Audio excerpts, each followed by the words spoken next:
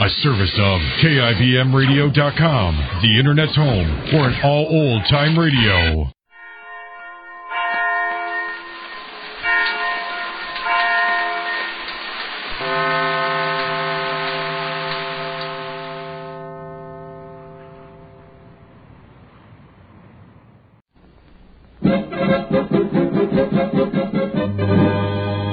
Jerry of the Circus.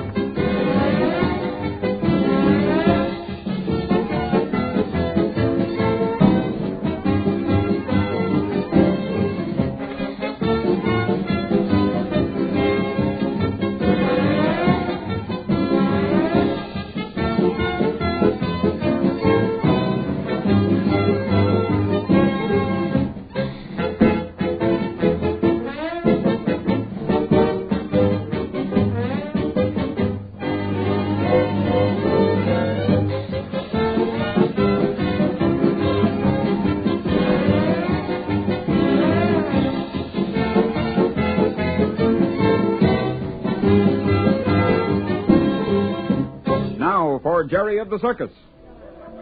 There's Mr. Hadley now, Ray. Go get him, boy. Mr. Hadley.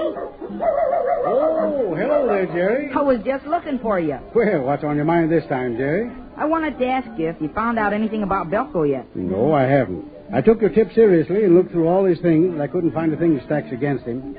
Are you positive the man he was with in the restaurant last night was Tonetti? The fellow on the picture Spike gave you? Well, you have to be pretty sure about things like this, Jerry. I might have made a mistake, but honest, Mr. Hadley, I don't think so. No, I'm sure that's who it was. I wish I could have been there with you. Hey, listen. What? That's Belco's music now. Well, I had hopes, Jerry, of getting something on Belco so I could place him under arrest. But I didn't find anything, and I just can't arrest him if I haven't anything to arrest him for. Yeah, I guess that's right. You know, when he went out of his dressing wagon this morning, I went through his things with a fine-tooth comb.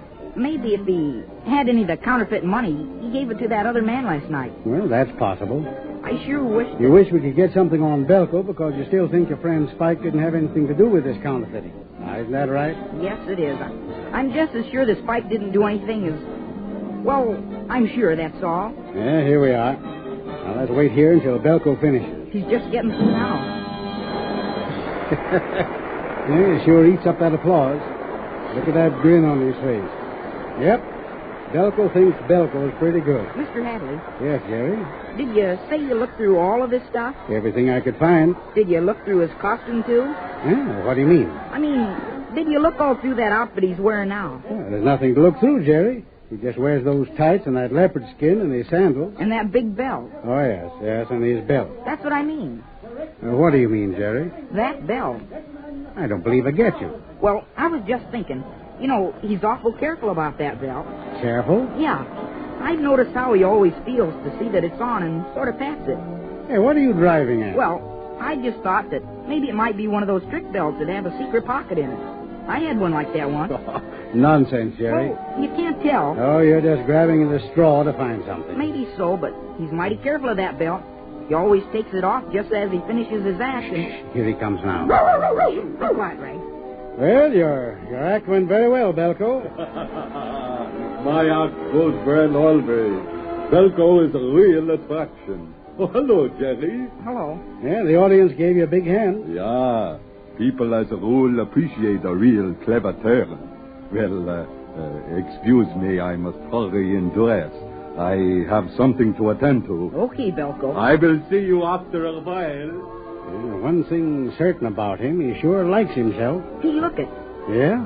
See him take the belt off? Well, there's nothing unusual about that. He's carrying it loosely. He wouldn't let it swing freely if it had any importance.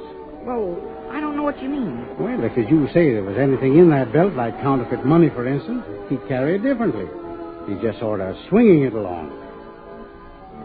Say. What? Hey, come to think of it, that belt wasn't in his wagon when I went through it. If it was hidden pretty carefully. Hey, I'm not going to pass up anything, Jerry. I'll pay your hunch. I'll get to that belt somehow and examine it. Well, let's do it now. Oh, we couldn't do that very well. I'll just have to wait until the right time presents itself. Oh, I know how you can examine it right now. But how? I'll have Rags get it. Rags? Sure. I'll tell him to go grab it out of Belco's hand, and he can bring it to us. Oh, now, wait a minute, Jerry. Oh, he can do it. Honest, he can. He did that trick for a long time. When I used to go get Dad's evening paper, I'd carry it just like Belco's carrying that belt. Oh, what's that got to do with it? Well, just before I'd get to the front porch, Dad would call Rags, and Rags would grab the paper and run to Dad with it. Oh, I see what you mean. Now, we could go behind that wagon there, and Rags would bring it to us. By the time Belco ran after him, well, we could find out all we wanted to know. You could look through it and see. See, it's a wild idea, Jerry, but it might work. Let me do it. Come on. Let's get behind that wagon. All right. Hurry. Here, Rags. Come on, boy. Belco's just about at his wagon steps now. I hope Rags can get there in time. Oh, you just watch him go. Go ahead, then. Tell him to get it. Rags. Now, listen, Rags. Get the paper. Get the paper, Rags. Bring it to me right away. Hurry up now. Go get it. Yeah, but Jerry, you told him to get the paper. Sure, because that's the way he was trained. If I said to get the belt, it would confuse him, and he wouldn't know what to do. Watch him now. Why, look at that. He grabbed that belt just as pretty as you please. Sure, I told you he would. Look at him come a-running. Yeah, but here comes Belco right after him. Here, Rags. Here, Mr. Hadley. Here, take the belt and look at it. Nice, Rags. You're a good dog. Yes, you are. Well, look here, Jerry. What is it? Well, you're right. Here's a little pocket on the inside. Uh-huh. Find something? I'll say I did. Plenty. I'll just take one of these bills. He'll never miss so many. A counterfeit? Yep. Look. Yeah, looks like you've discovered something, all right. Hey, here comes Belco. Hurry. Hang that dog! Come here! Bring back my belt! There. It's all closed up again. He'll never be the wiser if he doesn't see us. Here, Rags! Come here, I say! Now, where did that dog go? Here, Rags. Take it now and run. Hurry. Oh, so there you are. Come here. Come here now. Drop that belt. Good. He didn't see us. He didn't miss us by far, though. A miss is as good as a mile. Yep. Well, we'll wait a while now. Look, Rags dropped the belt. Yeah. Belco's got it now. That's all he wanted. Here comes Rags back again. I told you he'd do it. He's all right. Here, Rags. Oh, nice, Rags. You're all right. Yes, sirree. I'm going to get you a nice big bone for this. Jerry, I've got plenty to work on now. Belco must have several $100s worth of that counterfeit money in that belt. What are you going to do? Well, I'm going to check over every move he makes. In fact, I'm going to get busy right now. Did you notice he said he had something to attend to? Yes, I did. And I'm going to find out what it is. You can arrest him now. Yes, I can, Jerry. But I'm going to watch his next move. And if I'm not far wrong, I'm going to find out something very important.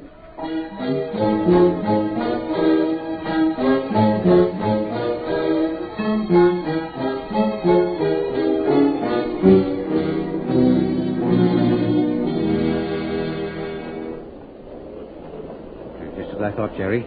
He's going right to the post office. You going to follow him? You bet. Come on. There he goes, over to the parcel post window. Stay right here, behind this post now. Okay. But hey. Yeah? What about the policeman you said to be here? They'll be here all right. You see that man at the window over there? You mean that clerk? Yes, but he's not a clerk, Jerry. He's a T-man. A T-man? Yep. That means a Treasury Department man. I had to get him to come down here and pose as a postal clerk. I don't think I understand you, Mr. Hadley. Well, you see, Jerry, this case is out of my hands now that the mail's entered into it. So I had to get the Treasury Department operator to cooperate with me. Oh, I see. Only a T-man or some federal operator can open the mails and work on this case now. Oh, where's the other policeman? That's them standing over there by the counter. Oh, I see. I was looking for policemen in uniform. No, I purposely told the captain to send plainclothesmen. We don't want to scare our suspect. I never thought of that. Look, Jerry, look. Belco's got a little package. Uh-huh. Now, you keep out of sight, Jerry. I'll be right back. I want to talk to those detectives. Okay. Boys, Yes, Hadley, what is it? that's the man over there. That big fellow. We figured as much. Now listen. When he starts out, stop him. Get in conversation with him. Talk about the circus and his being a strong man. He likes to talk about himself, so I don't think you'll have any trouble stalling for a while. While you're talking with him, I'll examine the package. Yes, sir. Try not to arouse his suspicion, but hold him. Now keep your eye on him now. Mr. Hadley, he's starting out now. Yes, I see. Here. Just stand close to this corner. We don't want him to see us. There he goes. Good. They've stopped him. He's talking to those detectives. Uh-huh. Now wait here. I'm going to check on that package. Oh, okay, all right. I'm Hadley, Mr. Harrison. Glad to know you, Inspector. I suppose this is the package you wanted my help on. Yes, that's the one. I've taken the name and address down. It's being mailed to Martin Ternetti, General Delivery, Silver Springs. Good. That's our man on the other end. Now go ahead and open it up. Well, it looks like this case is about closed. Here we are. Hey, this is a catch. Counterfeit, all right, and plenty of it. Great. Now you'll carry on from here. You bet I will. We'll put this right through the mails, and when Ternetti calls for his little package tomorrow in Silver Springs, we'll be right there with a nice little surprise party. We'll pick him up so fast he won't know what happened. Okay, I'll take care of Belco.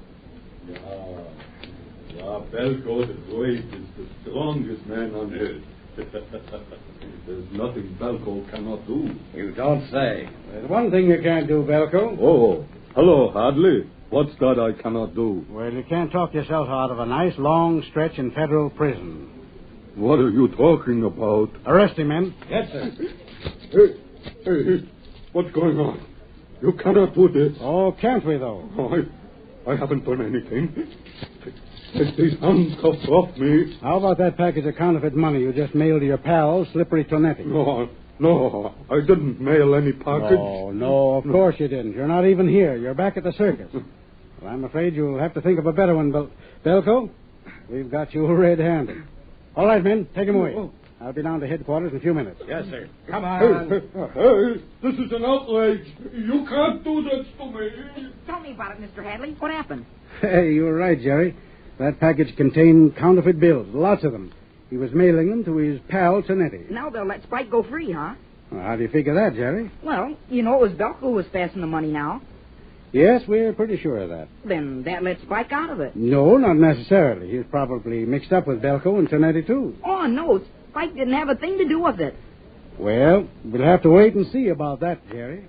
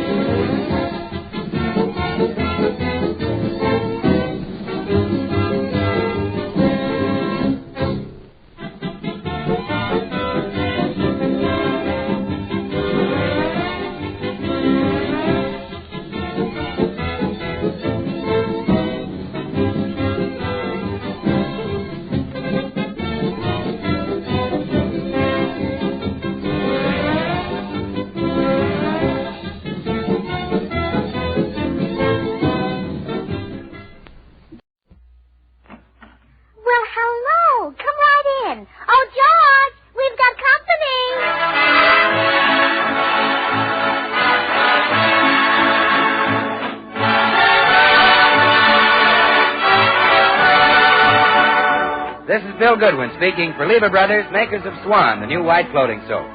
Well, it's Tuesday night again. Time for another pleasant visit with George Burns and Gracie Allen, Jimmy Cash, and Paul Whiteman and his music. But first, here are the 6 hits and a miss, singing Hip Hip Hooray. Hip, hip, hooray, we're living in the USA. Come on, you Yanko, holler thing. Hip, hip, hooray, hip, hip, hooray. Americans will always say, we like it here, stand up and cheer. Hooray, hooray, every girl and boy can find romance beneath the spangled skies. There's lots of fun for everyone in our land of paradise. Hip, hip, hooray, we live in the USA. Let freedom ring, come on, sing. Hip, hip, hooray, hooray.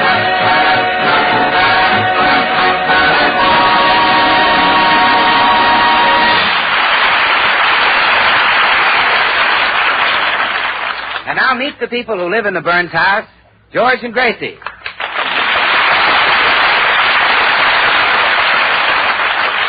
Well, it's early morning at the Burns home, and all 3 of the Burnses are still sound asleep. There's Papa Burns.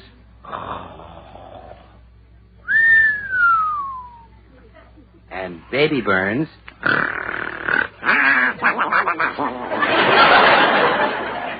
And Mama Burns. Oh, Tyrone, do you really think so?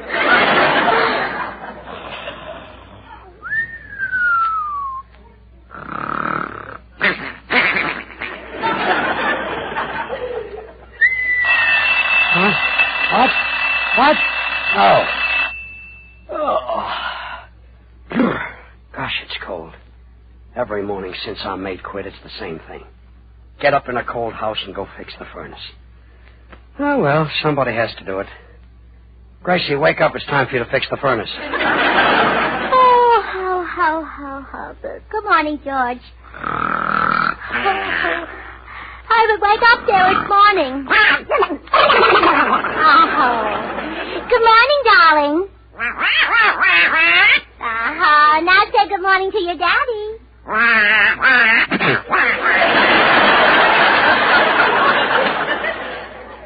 Gee, he's cute. I could just eat him up. In fact, I think I'm going to eat him. That's no way to talk. All right. Well, you better get up and fix the furnace there. Oh, I don't have to this morning. We have a maid to do that. A maid? You mean Minnie is back? Oh, no. I thought maybe Lucky dropped her option. Imagine having a maid again. Oh, yes, isn't it wonderful? We're going to have breakfast in bed this morning. Really? Yes.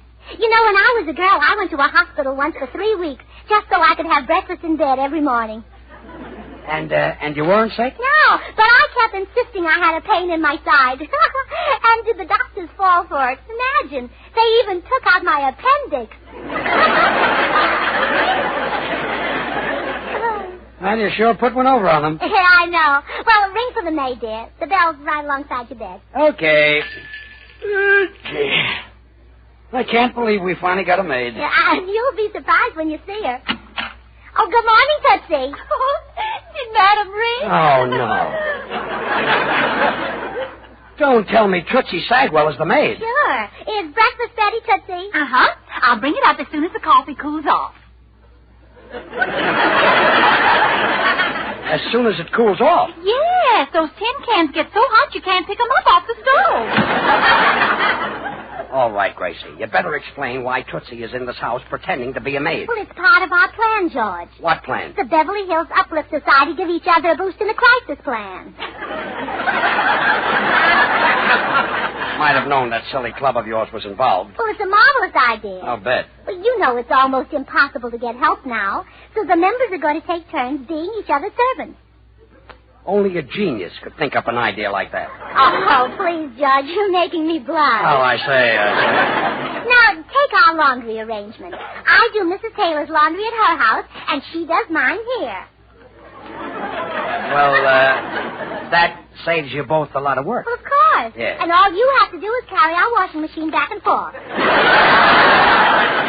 That's all I have to do? Sure. She doesn't live so far from us, and it's all downhill all the way to her house. And uphill all the way back. You never made the trip, George. You're just guessing. Yeah. I'm just guessing. Breakfast is served, madame. And shall I place it on the table? Hey, look out for that footstool. Oh. I think I tripped. Oh. Well, don't feel bad, Tootsie. I asked for breakfast in bed, and that's where you put most of it. Look at this mess. Coffee, eggs, butter, bacon in our bed. Aren't we lucky? Most people haven't even got it in their icebox. Yeah, we're very lucky. I'm sorry, Gracie. I didn't mean to. All right. Stop cackling, even if you are the only hen who ever laid a fried egg on a blanket. Well, never mind, Tootsie. Just go down and start all over again. She'll do nothing of the kind. If you want to cook that badly, I'll hire one. But, George, if you do that, what will happen to the Beverly Hills Uplift Society give each other a boost in the crisis plan? Just clean up this mess. I'm going down and get a cook. Tomato juice all over my pajamas. Wish that Tootsie Sagler would get drafted. I guess her face will always be in 4F. Hi, George. Oh, good morning, Bill. I just dropped by to... Say, you certainly like to brag, don't you? I like to brag? Yeah, I know bacon is hard to get, but do you have to wear a slice behind your ear? Just had my breakfast thrown at me. Do you know a good employment agency? I want to hire a cook. Well, George, I know the girl at the newspaper office who takes the help wanted ads. I'll give her a ring, huh? Well, don't bother, Bill. I'll just call an agency. Oh, it's no bother, George. She loves to have me call her. In fact, Barbara's so crazy about me, she'll probably put the ad in for nothing. Oh, good. Hello. Oh, hello, Babs. This is Billy. Take this ad, will you? Billy. Yeah, Bill. Oh, you know Bill Goodwin. Look, who's got dimples and curly hair and kissed you last night, huh? What? About 9:30.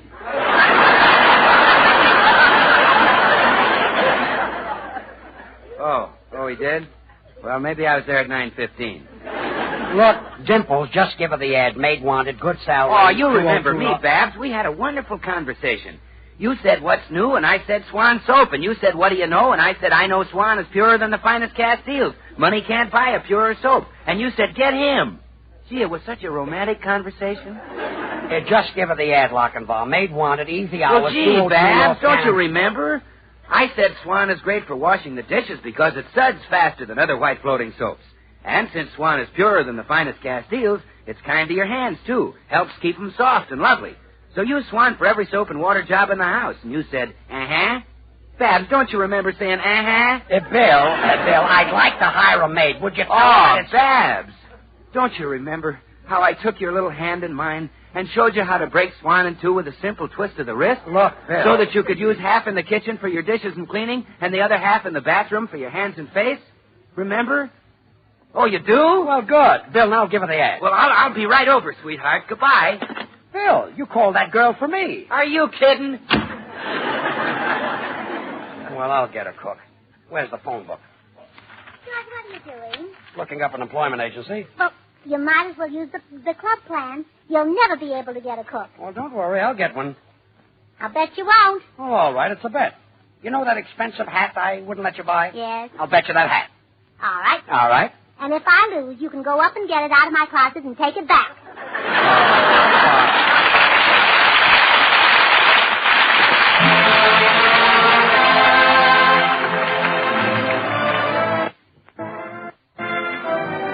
This is Paul White, and the boys and I would like to pay a little tribute to a good neighbor with our arrangement of Brazil.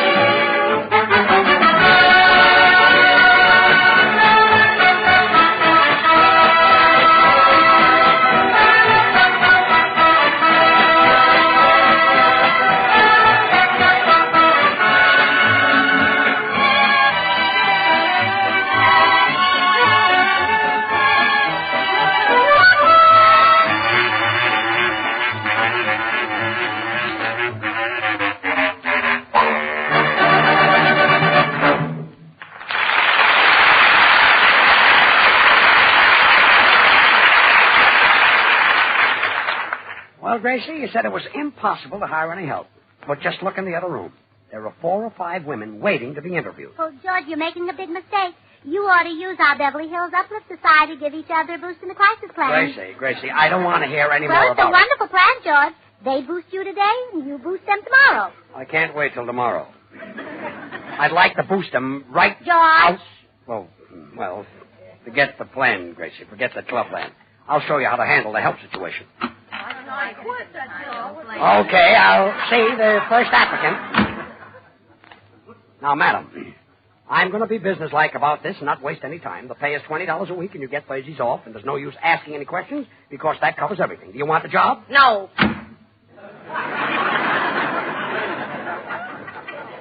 Gee. She was businesslike, too, wasn't she? Yeah, I guess I frightened the poor woman. See, George, I have a wonderful idea. What? Why not adopt the Beverly Hills Uplift Society? No.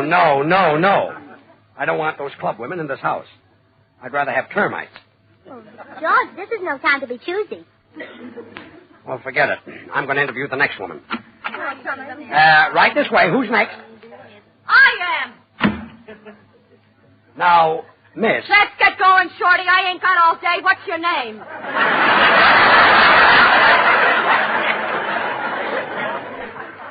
Huh? Your name. If I cut my finger, I want to know who I'm suing. Oh, fine. Oh, his name is Mr. George Burns. Burns is enough. I ain't going to call him Mister because I'm as good as he is. Yeah, but... And I ain't going to call you George because you ain't my type. Yeah, but... So Burns is enough. Yeah. How many rooms in this house, Burns? Well... There are 4 rooms upstairs. Never mind the upstairs. I'm strictly a downstairs cleaner. Well, downstairs is the library and the living room. Well, bring the books in the living room. That makes one less to clean. What else? Well, there's a dining room and a kitchen. We'll eat in the kitchen. That makes 2 less. Now, wait a minute. Better bring the books in the kitchen, too. Wide spread out. Now, wait a minute. What does this job pay? $20 a week. 20 a week? I pay my cook more than that.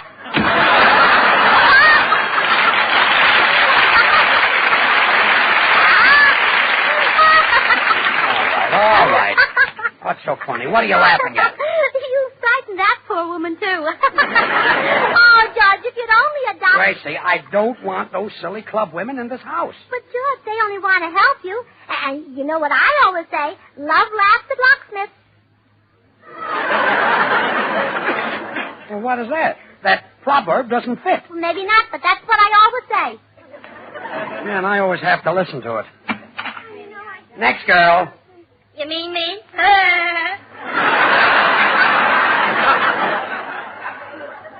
Yeah, step in here. How do you do? Hello.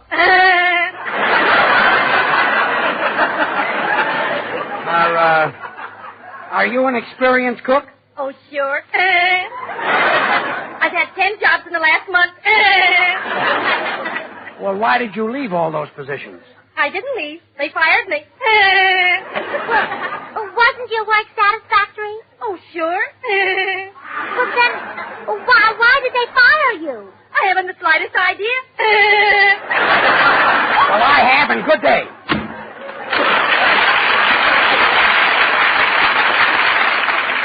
Well, George, shall we try the club plan, dear? Honey, for the last time, I'm not going to do anybody else's housework. But you know all the people in the club, George. It's not like I was asking you to scrub a strange floor or wash a sock off an unfamiliar foot. Forget it. Anyway, there's still 1 dame left. I better handle her with kid gloves. Well, hello there. I guess you're the last one. I guess I am. Well, step right in. You know what they say. Last but not least.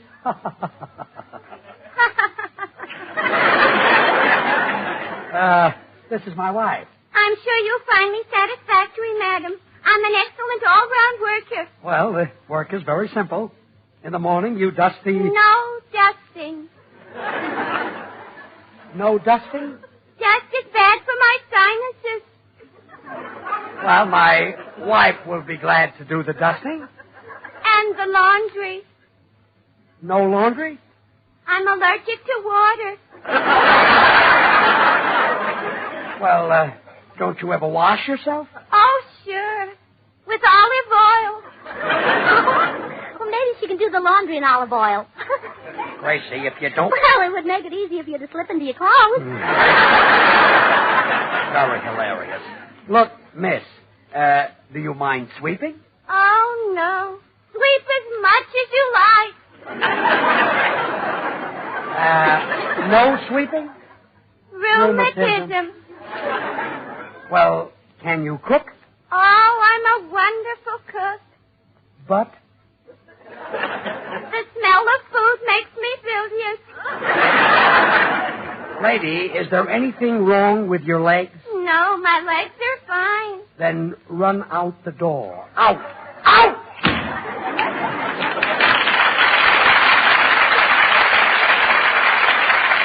Well, George, you give up? No.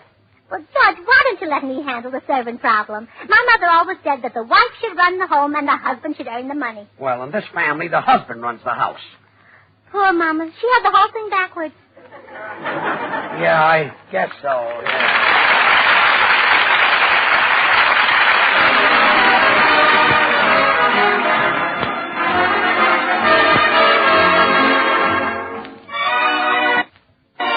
Here's Jimmy Cash with a mighty attractive proposition. Why don't you fall in love with me? And okay, Jimmy. I'm tired of feeling blue. I want to know just how I stand with you. And now that you're in my embrace, this is the time, this is the place. As long as you're not in love with anyone else, why don't you fall in love with me? You're driving me crazy, baby, trying to guess. Will you tell me no, or will you tell me yes? You gotta go overboard for someone someday. Believe it or not, it's bound to be. As long as you're not in love with anyone else, why don't you fall in love with me?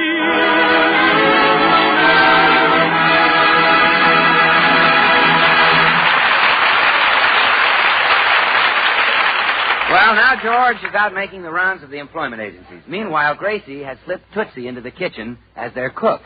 She feels confident that when George tastes the Irish stew they're making, he'll okay her club plan. How's the stew coming along, Tootsie?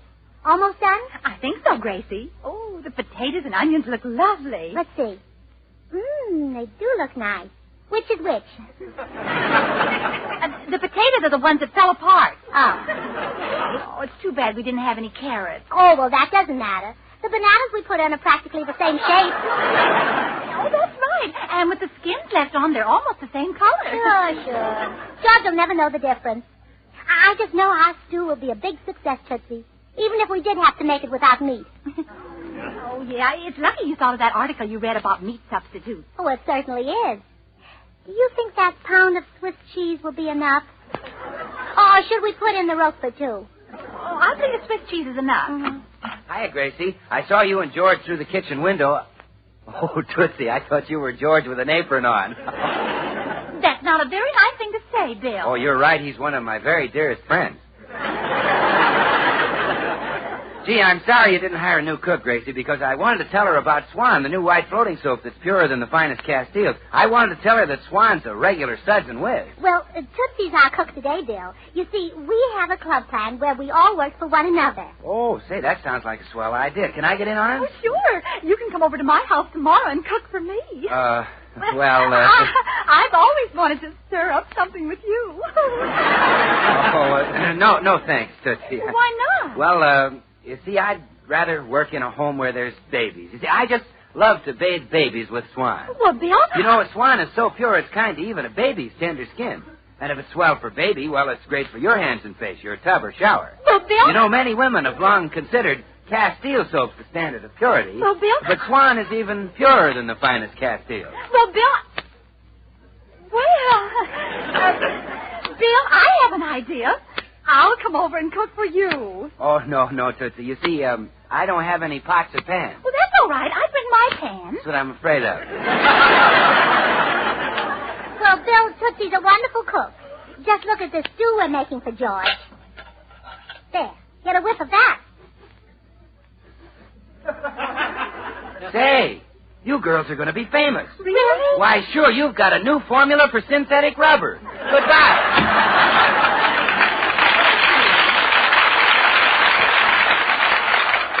Did you hear what he called our stew? He doesn't know what he's talking about.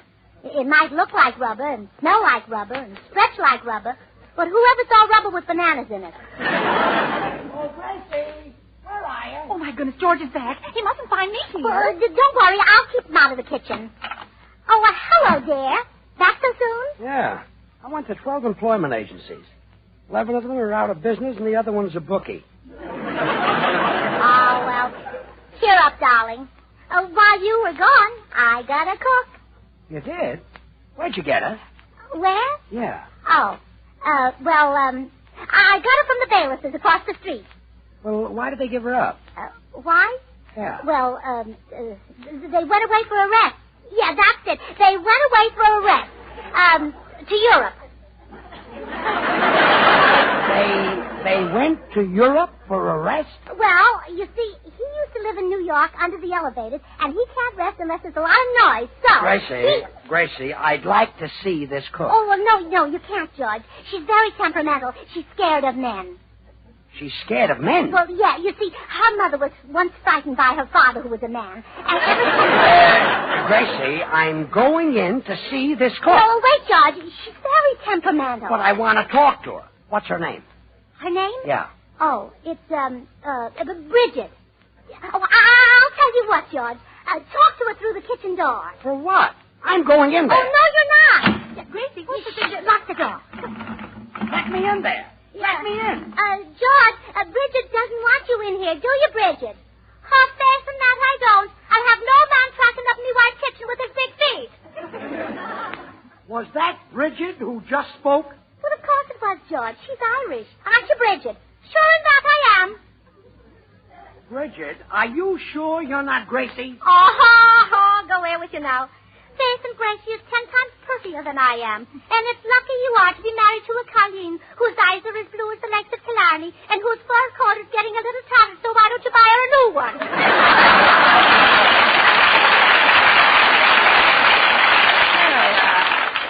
Now I'm convinced you're not Gracie.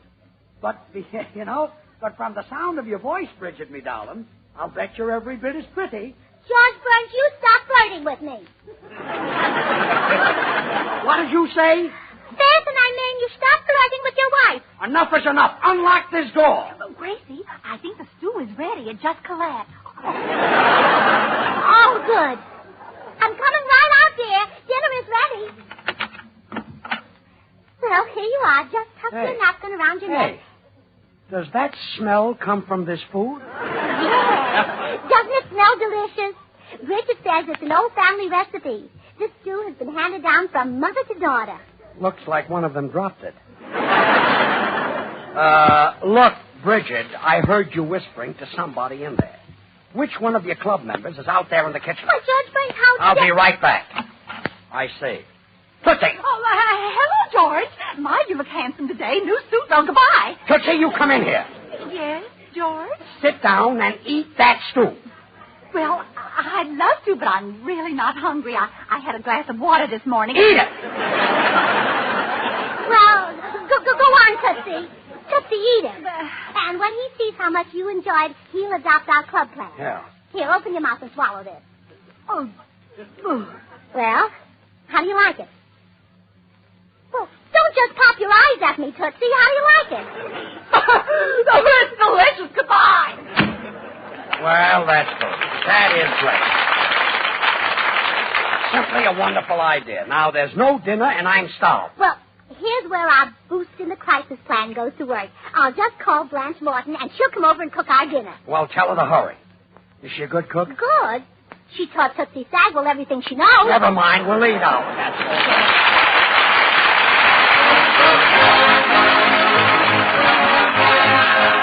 George and Gracie will be right back, so I'm going to make a brief suggestion. Instead of buying lots of different kinds of soaps, try Swan for every soap and water job in the house.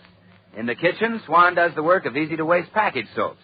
And in the bathroom, for your hands and face, Swan gives you as pure a soap as money can buy. And at the same time, gives you more soap per penny than any leading toilet soap tested. So be kind to your budget, and be kind to your hands with Swan, the soap that's purer than the finest Castile. Well, here they are again, George and Gracie.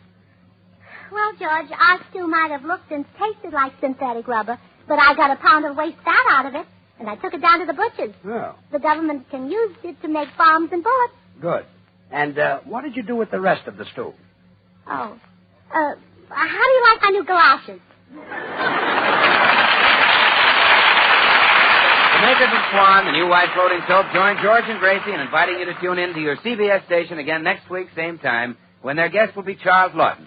Remember, George Burns and Gracie Allen, CBS next Tuesday night. And don't forget to listen to Swan's other comedy show, Tommy Riggs and Betty Lou, over another network every Friday night. And now till next week, this is Bill Goodwin saying, well, I, Swan, how about you?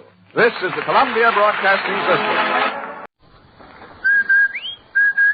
Andy, did you hear that? Come on, will you? Did I hear what? That whistle.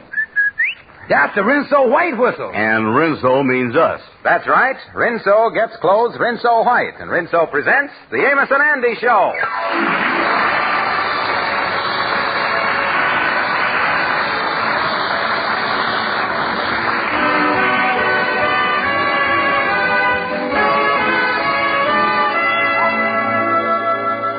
Next wash day, every wash day. Remember, you can have a Rinso White wash. With ease. A Rinso Bright wash. With safety. Yes, it's Rinso for a happy wash day. Rinso for an easy wash day.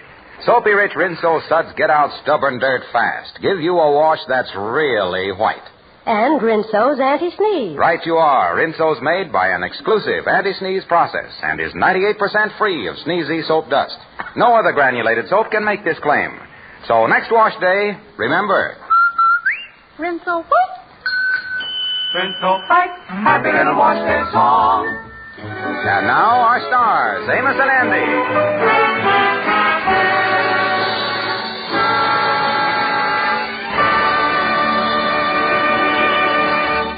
Well, the seemingly impossible has happened. Andy Brown, Harlem's #1 Casanova, has been unable for the past 2 weeks to get himself a date.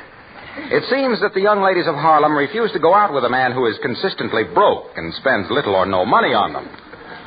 Andy has been on the phone now for 2 hours, going through his little black address book in alphabetical order. Well, that take care of the L's. Let me turn over here to the M's here. M. Emily. I think I'll call her. I hope this Emily remembers me. She's a high-class gal. Society, I'll show them Harlem highbrows. Max Garage and Auto Works. Say, would you mind calling Emily Smith to the phone? She works in the grease pits. Okay. I can't give you anything but love, baby. Hello. Oh, hello, Emily. This is Andy Brown. Do you remember me? Andy Brown? Why, you cheap, tight-fisted, penny-pinching, no-good, ignorant bum. Oh, then you do remember me, huh? You got some nerve calling me after that last date. I don't ever want to see you again. Goodbye. Oh, me. Why is it that I always... Oh, hello, fella. Well, how is you there, Andy? Hi there, son. Say, you kind of look down in the dumps. What's the trouble? Oh, I can tell you the trouble. The look on his face there. It's gals, ain't it, Andy? Oh, I can't get a date with nobody. Boy, what I'd give to have a date with a good-looking gal. Take her out dancing to some good music, trip to Light Fanatic, and all that stuff.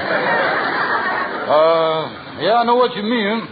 Say, Andy, that sailor friend of yours, Joe, that's bunking with you doing his furlough, He seems to go out with a lot of gals and have a good time.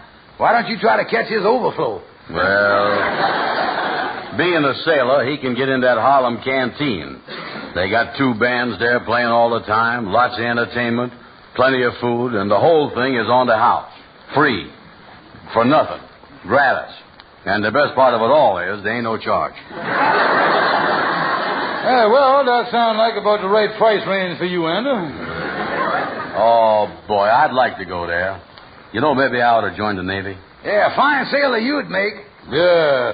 Andy is ready to fight the last man at the Harlem canteen, ain't you, son? Well, I'll fight him, don't worry. And maybe this fella Joe can get a date for you. Oh, listen, all he'd do is aggravate me. While I is sitting up in my room with no money and no gals, he is going out every night. Then he come home and tell me what a great time he done had. I just can't stand listening to no more. Say, look, Andy, here comes your pal Joe walking in now. Oh, yeah. Hello, fellas. How are you? Well, hello there, Joe. Hiya, Joe. Andy, did I just have a date with a gorgeous little gal? I met her at the Harlem canteen, and oh, boy, was she gorgeous. Look, Joe, I don't care if the gal was gorgeous. Don't come around here telling me that stuff. How gorgeous was she? Well, let me give you an idea, son. You knows the man that wrote Cherchez la Femme? Yeah. Well, this must have been the film he was cherchezing for. That was a little sweet meat if ever I seed one. And after we come back from dancing, me and her sat on the sofa together and... Oh, boy. Oh, look, Joe, I don't want to hear another word about you two on the sofa. Yeah, we don't want to hear nothing about that no more, Joe. We sure don't, that's right. Don't want to hear no more about you and the gal on the sofa. No. Yeah, now I'm going to tell you another thing. We don't want to hear no more about it, you see? Well, all right, Andy. Let's forget all about it then. Yeah, well, that suits me fine. I'm on... Did she snuggle with you? Oh, boy. Yeah, Andy, you better wipe the chin off there. I think you're drooling at the mouth a little bit. Yeah, Andy's in bad shape there. Unlike yourself, Andy. Your day will come. One thing more I got to tell you, Andy. This gal has got the greatest little figure I ever seen.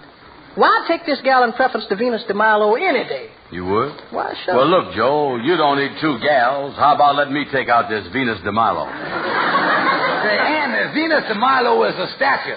Listen, in Andy's position, he can't afford to be choosy.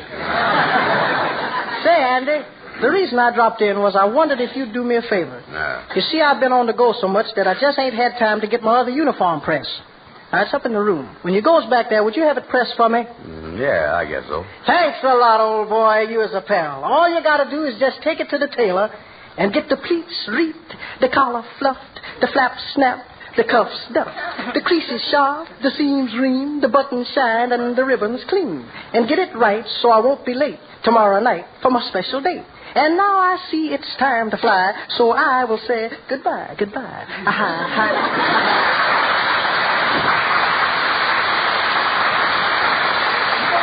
Well, I got to get going, too, so I'll see you all later. So long. Oh, me. Well, it looked like I'm in for another dull evening. I wish I was in uniform. Then I could go to the Harlem canteen like Joe do. Yeah, the place sounds great, all right, Brother Andy. Well, guess I better get on home and get his sailor suit pressed, because I'm going to say, Kingfish, I just got an idea. And now, way ahead of you. You're figuring on wearing Joe's sailor suit and going to the canteen yourself. That's exactly right. And it wouldn't be unpatriotic neither, because I wouldn't eat none of the food. All I want to do is dance a couple of dances with a gal again to take away this lonely feeling. Andy, you think you can get away with it? Oh, sure. I'll just be one sailor among all the others there. And if they ask me what ship I'm from, I'll say the USS Williamsport. That's Joe's ship. Yeah. Kingfish, come on home with me while I put on the uniform. Then I'll go over to the Harlem canteen.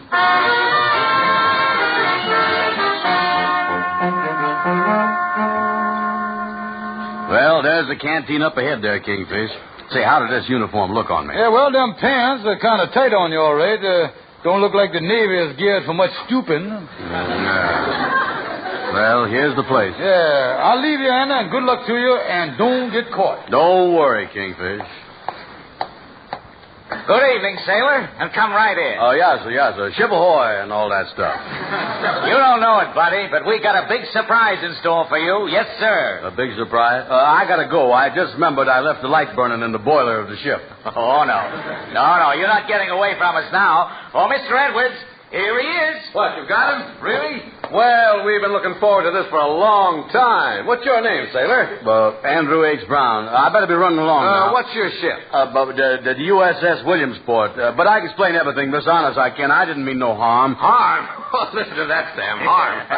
Oh, this is a big day for you, Brown, and we're happy to welcome you. Oh, please, mister, I'll come back tomorrow. Brown, allow me to be the first to congratulate you on being the 1,000,000th man to enter the Harlem Canteen since its opening. And in honor of being the 1,000,000th man, you're going to be our guest for a whole week in a suite at the Harlem Plaza Hotel. I'm going to take you over there right now. And, of course, we have a lot of parties planned for you, and there'll be more publicity than you ever dreamed of. What have you got to say to that? Gentlemen, you wouldn't want to hear it.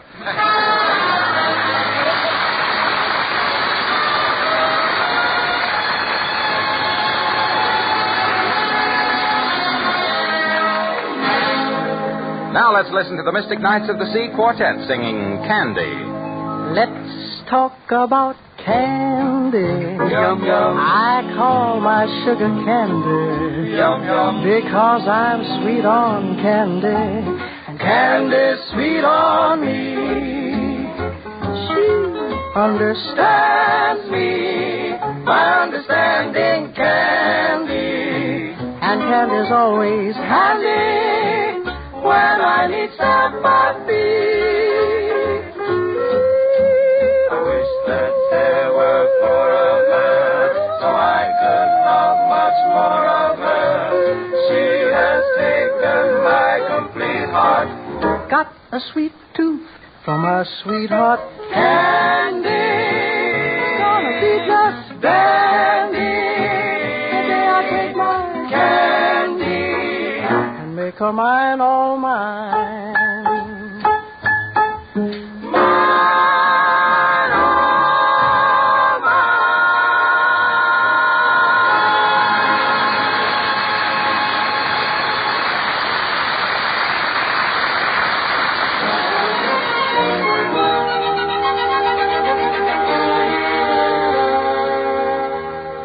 I tell you, fellas, I ain't never been in such an awful mess in my whole life. Being this 1,000th service man, I don't know what to do about the thing. Yeah, you say you done spent the night at the Harlem Plaza Hotel? Yeah, that's right. Yeah, the Harlem Plaza Hotel, that's a very exclusive place, ain't it, Henry? Yes, they got a rule there that nobody's permitted in the lobby in their stocking feet. Oh, me. I think I'm going back there and confess everything to him. Now, wait a minute now, Henry. Just hold yourself down now. Don't put no crazy ideas in your head. You can't do that. Yeah, you is really in trouble if you do a thing like that. Yes, that's right, Andy. It'll go very hard with you. My advice is to keep up the masquerade till the thing blows over, which ought not to be more than a couple of days. Yeah, that's all you got to do, Andy. Yeah, but in that time, they're going to find out that I ain't no sailor. I don't know nothing about sailor talk or how to act like a sailor or nothing. Well, that ain't nothing to worry about. Now, all you got to do is listen to a couple of people there, like me and Henry here. We can help you with that, can't we? Why, certainly, Andy. You know, I used to own a yacht myself many years ago. A yacht, Henry, you say? Oh, yes. As a matter of fact, I can still remember launching the thing. Yeah, that's great. Is that right, Henry? You mean one of them regular launchings where you break a bottle of champagne over the thing? Well, no, not exactly. This was rather a small boat. As I recall it, we launched it with a short beer. Yeah, one of the most important things you got to know, Andy, is what kind of a sailor you is. Now, you know, every sailor is a specialist. Now, every one, that's the way to go, you see. Yeah. They got special duties. Yeah, well, how was I going to find that out? Yeah, about the insignia on your sleeve there. Let me see your, hold up your arm there, that other one there. Let me see it. Oh, this. You mean this insignia right there? Yeah, that insignia there. Yeah, what is that thing? Yeah, got an anchor on it there. Yeah, well, what did that mean? Well, that's simple, Andy. It means that when the ship pulls into the harbor, you is what they throw overboard. Yeah. Well, now, just a minute. Kingfish, is you sure of that? Yeah, well, all I know is what I see on your sleeve there, and there you got the anchor there. Yeah, well, listen, fellas, you know, Maybe if you can learn me enough of this stuff, why, I could pass for a sailor for a few days and not get in no trouble. Yeah, it's your only chance, Andy. That's the only thing you got to do. Yeah. Well, the thing I better do now is call up the Holcomb Plaza Hotel. They don't know where I is, and they might go down to the boat looking for me. Then they'd really get wise to me. Let me get to that telephone. Yeah, go ahead, Dad. Telephone and find out everything. Yeah. You fellas can learn me all this Navy talk, and I can get the thing all down pat you. Wait a minute. Hello, Holcomb Plaza Hotel. Take it easy now, son. This is Seaman Brown, the millionth man and all that stuff. Yeah. Yeah, well, I just want to... what is that? Push them veins back in your head, Dad. I don't like the way you... There is? When? Oh, me. Yeah, well, thanks. Goodbye. What's the matter, Andy? You look sick. I is sick. The canteen officials is having a party for me. Well, what's the matter with that, Andy? Yeah. Well, so that my shipmates can get in on the fun. They is having the party right on my ship, the USS Williamsport. Andy, if you goes aboard that ship, they'll find that you was a phony in 1 minute. Yes, now you was really in hot water, Andy. Oh, me.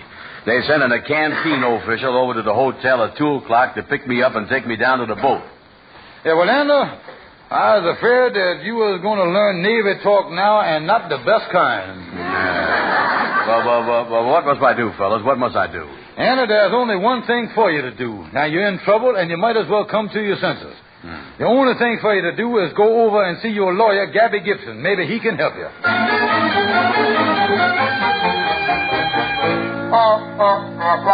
Hello there, Gabby. Andy Brown, what in the world are you doing in that sailor suit?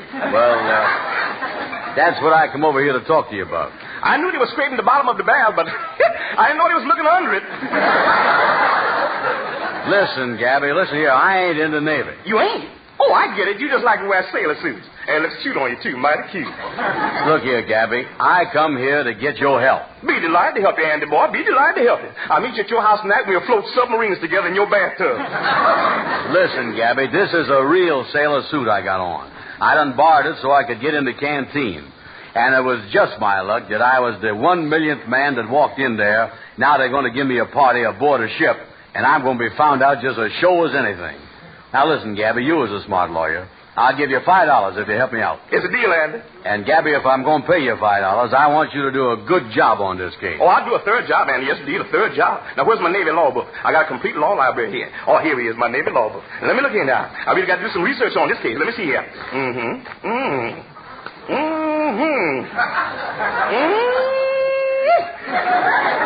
Andy, did you know that Seabiscuit run the mile and a quarter in 2:01 in the fifth? Listen, Gabby, I thought you said that was a Navy law book. Oh, yes, yeah.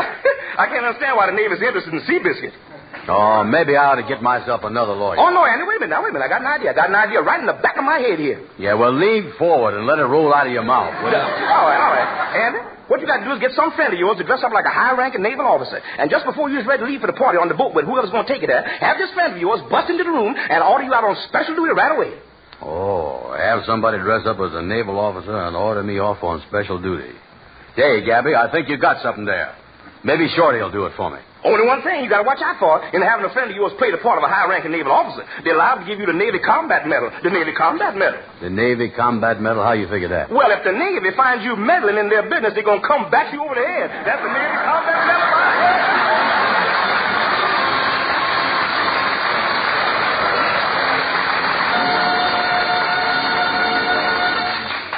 This is National Cotton Week, usually celebrated with stores full of cottons that are a joy and a delight to the hearts of women everywhere. However, like many other vital materials, cotton is fighting now. But don't be discouraged because cotton manufacturers promise better than ever cottons quickly after the war. Rinso's a lifesaver for cotton. Those soapy-rich Rinso suds soak the dirt out in as little as 10 minutes, plus a few quick finger rubs on extra dirty places. That means no hard rubbing, no boiling. And that's just as easy on your wash as it is on you. That counts with me, because colored washables, sheets, towels, and aprons are so hard to replace these days. Yes, with cotton being used for military purposes, the best thing to do is to make the things you have last longer. Sure, with Rinso. Yes, indeed. Rinso gets out stubborn dirt safely and fast.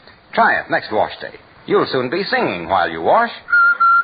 Rinso what? For a wash that's white as it can be. Rinso bright. B-R-I-G-H-T. Yes, Rinso keeps your colors bright. Get out more dirt for a wash so bright. Here's great advice, you can't go wrong. Rinso what? Rinso bright. Happy little wash day song. Get Rinso tomorrow.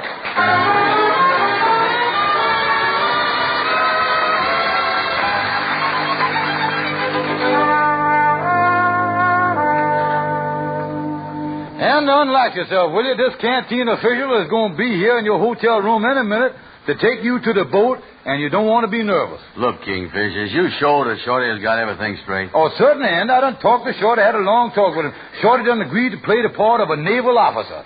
Now, I got a uniform for him from one of the costume companies, and I got some extra gold braid, and I done give it to him to sew on his sleeve to make sure that he looked like a big officer. Yeah, well, I just hope nothing go wrong. Kingfish, suppose this fellow that's coming up here asks me how I done got in the Navy. I can't tell him I was drafted, can I? I was too old. Yeah, well, just tell him that you done enlisted in the Navy. Tell him that you used to be a stevedore down on the docks, and you always liked the boats and everything around the water. Yeah, tell him you used to be a stevedore and you enlisted in the Navy. Here he is now. Yeah. Come in. How you do, sir? How do you do, gentlemen? How do you do? Remember me, Brown? My name is Edwards. I'm associated with the canteen. Oh, yes. This is my uncle, George Stevens here. He just kind of hanging around. Oh, I see. Well, we have a few minutes before we leave for the ship. Do you mind if I sit down? Oh, yes, sir. Yes, sir. Mr. Edwards, make yourself ready. Sit right down there. Thank you. By the way, Brown, how did you happen to join up? I was down to docks. I used to be a cuspidor. A fellow by the name of Steve asked me to join up. Yeah, good old Steve. Well, I won't ask that question again. You know, I'm glad it was a sailor who was the 1 millionth man of the canteen. You see, I was a naval officer in the last war, so I'm a Navy man myself. You hear that, Andy?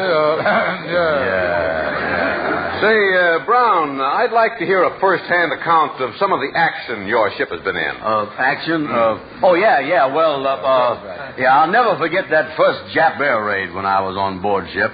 There 4 Japs was coming straight at us. Now, without waiting a second, I rushes to the stern. That's the front of the boat, you know. What? With those planes coming at us, we opened up on them with our anti-aircraft battery. Oh, your 5-inch guns.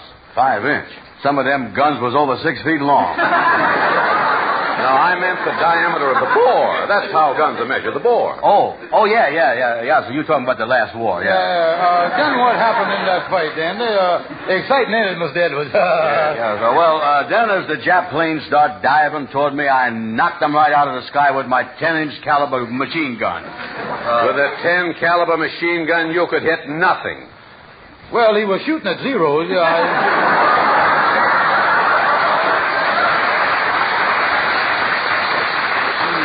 I must say that's certainly an amazing experience. In fact, I find it rather hard to believe. Oh, yeah, so that ain't nothing. Tell them about the big storm you was in, Andy. What big storm? The big storm. Oh, yeah, it was a typhoon. Oh, boy. It hit us all of a sudden. The ship was tossing all over the place, and the water was washing in all over the decks, and the captain yells to me, he says, "Batten down the hatches, Brown, batten down the hatches." Then I discovered what a mess we was in. But what was wrong? We was all out of batting. Oh, yeah, the storm done blowed every bale of the stuff overboard. All out of batting. You Navy men are all alike. As soon as you get hold of an old sailor like me, you start pulling his leg. It's all right. Well, I guess we better get started for your ship now, Brown. Let's stay here a while so that I can tell you about... the door. I wonder who that could be. Wonder who it could be. Say, I'll let the person in and run along. Goodbye and have fun on the boat. Do your stuff, Shorty. Hello, sir. You sure is a big naval officer, all right. Goodbye. Ahoy there, and land ho. I got orders for Seaman Brown. Oh, liar, Seaman Brown. Well, shiver my timbers and swab my throat. Seaman Brown, you was hereby assigned a special secret duty at the Belco Navy over the Jersey submarine. I mean, at the New Haven at the Portsmouth Drive. Wait a minute, this is a secret. Excuse me, sir, but couldn't this wait till tonight? Brown here is to be honored at a party aboard his ship shortly. Sir, you are forgetting there's a war to be won. We can't waste a second if he expects to beat Germany. Germany? Germany surrendered weeks ago. Oh, shucks. That's the trouble with this secret work. They never tell me nothing. But nevertheless, Ralph's got to come with me right away. Those are his orders. Oh, but listen. Well, I suppose there's nothing else to do but leave. That's what I like about the Navy. When there's a job to be done, the Navy jumps right in and does it right away. Aye. That's the United States Navy, all right. And the caissons go rolling along. Yes, sir. That's the spirit, all right. That's the spirit. It makes me proud to think of the millions of boys in blue, trained and ready to fight the enemy, men of the sea with one ambition burning inside them, one purpose, one mind, one thought. Women.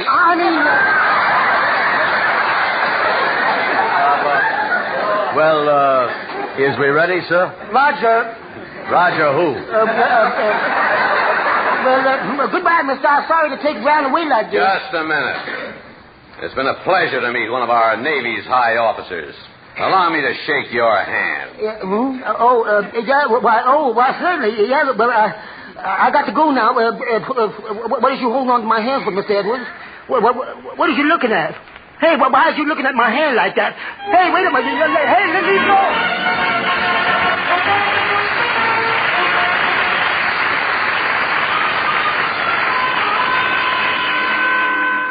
Amos, I just can't understand what could have happened to Andy and Shorty. The plan was certainly foolproof, but, well, here I ain't heard from either one of them since yesterday. Yeah, well, it's your fault if something did go wrong. You ain't had no business to agree with him in the first place about it being all right to put on somebody else's uniform and go to the canteen. Ain't that right, Henry? Yes, Amos is absolutely right, Kingfish. It was all wrong in the first place. Personally, I think that... Hold it, Henry, hold it. Maybe that's Andy. Maybe the thing worked out all right after all. Wait a minute. Hello, George Kingfish Stevens talking. Hello, Kingfish. This is Andy. Andy, where has you and Shorty been since yesterday? Something go wrong? I'll say something went wrong. Me and Shorty is both in jail. The thing was going great up till me and Shorty was about to leave, and then that Edwards fella got suspicious. Oh, he did, huh? Oh, yeah. You never ought to give Shorty that gold braid and told him to sew it on the extra stripes himself. Yeah, well, why should that have made Mr. Edwards suspicious? Why?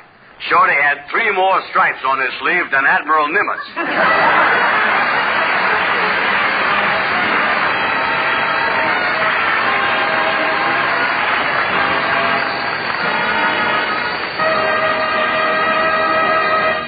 Amos, do you have something to say to the folks? Yeah, sir, but you go ahead, and me and Andy will wait till you finish. All right, Amos. What I have to say about Rinso will only take a moment. Ladies, when the makers of 33 leading washers, including the automatic, advise you to use Rinso, well, they ought to know. So, ladies, team Rinso with your automatic duo disc washer. And remember, washer manufacturers are still making essential war materials.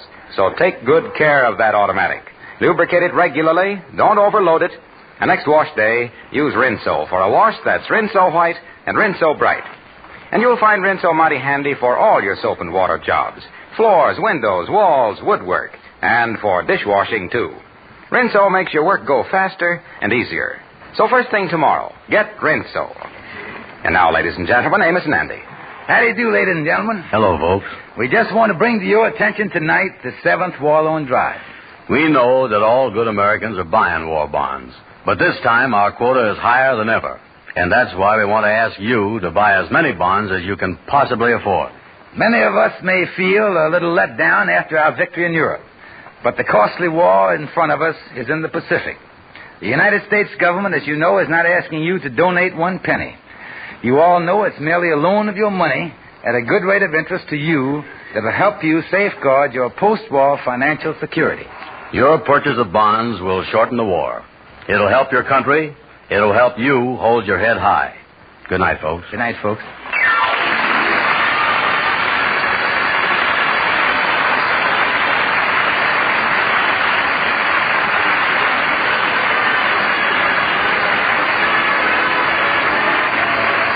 Be sure to be with us next Friday evening at this same time when the makers of Rinso will again present the Amos and Andy Show. Our show is broadcast to our fighting men all over the world through the facilities of the Armed Forces Radio Service.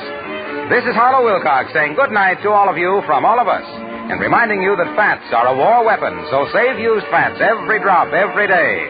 Don't forget, your butcher will give you cash plus 2 red ration points for every pound you turn in.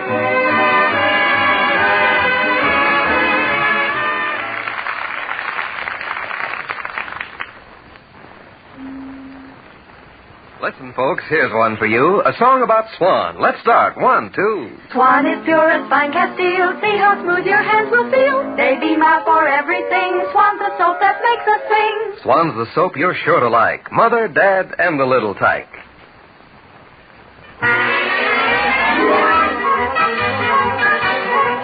This is the National Broadcasting Company.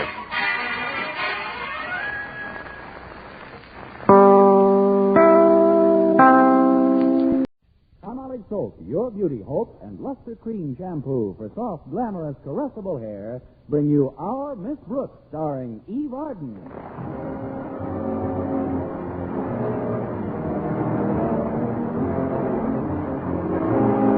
For most teachers, the first few school days after the Easter week vacation posed a problem in readjustment to routine. But our Miss Brooks, who teaches English at Madison High School, didn't let the idiosyncrasies of her pupils dampen her spirits one bit. No, indeed. In fact, last Friday, after my final class, I just smiled, bowed to the students, and went quietly out of my mind. But I'm a little ahead of my story. It all started when the undergraduate body declared last week to be Let's Dress Up Week. Contained in this malevolent Mardi Gras were such jolly daily fiestas as Clashing Colors Day, in which anyone caught wearing an outfit that matched was severely punished by his or her fellow students, and Dye One Leg of Your Trousers Blue Day, which is self-explanatory. By Thursday, which was Girls Wear Slacks and Boys Wear One Shoe Only Day, Mr. Conklin, our beloved principal, was fit to be tied. At a general assembly that afternoon, he sternly demanded that all these shenanigans cease. Accordingly, I had my landlady, Mrs. Davis, wake me a little earlier than usual on Friday morning. But I still don't understand why you had me get you up at this unearthly hour, Connie. Why, it's only 7:15, and you're all finished with your shower and everything. Well, not everything, Mrs. Davis. I've still got to find a pair of stockings that haven't got a run in them. Let's see if there's a pair hiding in this drawer. You see, Mrs. Davis, Mr. Conklin's in a rampage over the way the kids at school are dressing. He says it's up to us teachers to put a stop to it. How about these stockings, Connie? They have no runs in them. Let's see. Say, they are in good shape at that. Too bad they're gloves. Gloves? Gloves? Isn't it a shame? And me without a thumb on either foot? I never saw anyone get so many torn stockings as you do. How do you do it, Connie? I have help, Mrs. Davis. That desk of mine at school has an insatiable appetite for nylon. I begged Mr. Conklin to requisition a new desk, but he says the school has more vital needs than a new desk for my room. Like what, for instance? Like a new desk for his room. Oh, here's a pair of stockings I can wear. The runs are all in the back. Good. Now I'll make you some breakfast and... Oh, that reminds me. I forgot to tell you something while you were in the bathroom, Connie. What's that, Mrs. Davis? Oh, it's terrible how absent-minded I'm becoming. Why, I'm getting to be as bad as my sister Angela. She can't remember a thing, poor dear. I know, Mrs. Davis, but what was it you forgot to tell me? It was about a phone call, Connie. I guess these little lapses of memory just run in my family, although Mother wasn't so bad. I'm glad. Now, about this phone call, Mrs. Davis. What phone call? The one I received while I was in the bathroom. What a strange place to receive a phone call. I didn't receive it, Mrs. Davis. Oh, that's too bad. Well, I'll start breakfast now. Oh, Connie. Yes, Mrs. Davis? Walter Denton phoned while you were in the bathroom. He said he's going to be unavoidably detained, but he's sending Stretch Snodgrass to drive you to school. Stretch Snodgrass? Yes. Why? I didn't know he could drive. He's a wonderful athlete, of course, but driving a car requires a certain amount of brain power. In some states, that is. He's a very bright student, I know, but Stretch is a nice boy, Connie. He really looks up to Walter Denton, doesn't he? Scholastically, that shouldn't cause him any eye strain. Oh, stay there, Mrs. Davis. I'll answer it. Well, it's Harriet Conklin. Come in, Harriet. Thanks, Miss Brooks. I'll just take a minute to tell you what I want. It's that black dress with the green trim you had to wear on Easter Sunday where you splattered eggs on your new Easter dress. The one you said you were so sick of, remember? How could I forget? But what do you want with it, Harriet? Well, I need it for domestic science class. We've got to remodel something, and I wondered if you'd mind my borrowing it. I guess it's okay, Harriet. It's right here in this chair in the hall. Well, that's convenient. What's it doing there? I was going to send it to a cleaning establishment I know that loses things pretty regularly. Here, take it. Oh, thanks a lot, Miss Brooks. Believe me, the next time you see it, you won't recognize it. If that's a promise, you're welcome, Harriet. Bye. Goodbye. Now, that's funny. She was wearing slacks, and her father is distinctly anti-girls wearing slacks to school. Are you talking to me, Connie? Why not? I just wondered why Harriet Conklin's wearing slacks today. Coming. That must be Stretch. Greetings, Miss Brooks. I have a robe. It ain't Lawrence Olivier. Come in, Stretch. Thanks, Miss Brooks. Walter's unavoidably detained. You're going to drive me to school. That's right, Miss Brooks. Stretch, before we do anything else, I'd like to know why you're wearing that yellow and green bandana wrapped around your forehead. You know how Mr. Conklin feels about these crazy costumes. This isn't any costume, Miss Brooks. It's just to cover up a bad cut on my head. I don't want the other guys to see the bandage on it, or they'll think I'm a sissy if that's why I didn't win. Didn't win what? The hamburger eating contest we had yesterday after school. That's how come I got a cut head. Let's take it nice and slowly. You say you got a cut head in a hamburger eating contest? That's right. I ate 19 of them. I ate 19 of them. Gosh, you wasn't even in the contest. I mean, you ate 19 of them. I guess winning that contest was pretty important to you. Oh, I didn't win. I came in fifth. Congratulations. But about the cut on you... Like I said, I was just getting ready to eat my 20th hamburger when I began to see little circles in front of my eyes. Probably onion rings. Then everything got kind of dark, and I slowly toppled off my stool onto my head. And you know something? Those other guys in the contest kept right on eating hamburgers. If it hadn't been for that, I'd have won first prize, sure. Just for the record, Stretch, what was the first prize? A banana split. That did it. I won't be eating any breakfast today, Mrs. Davis. Let's go, Stretch.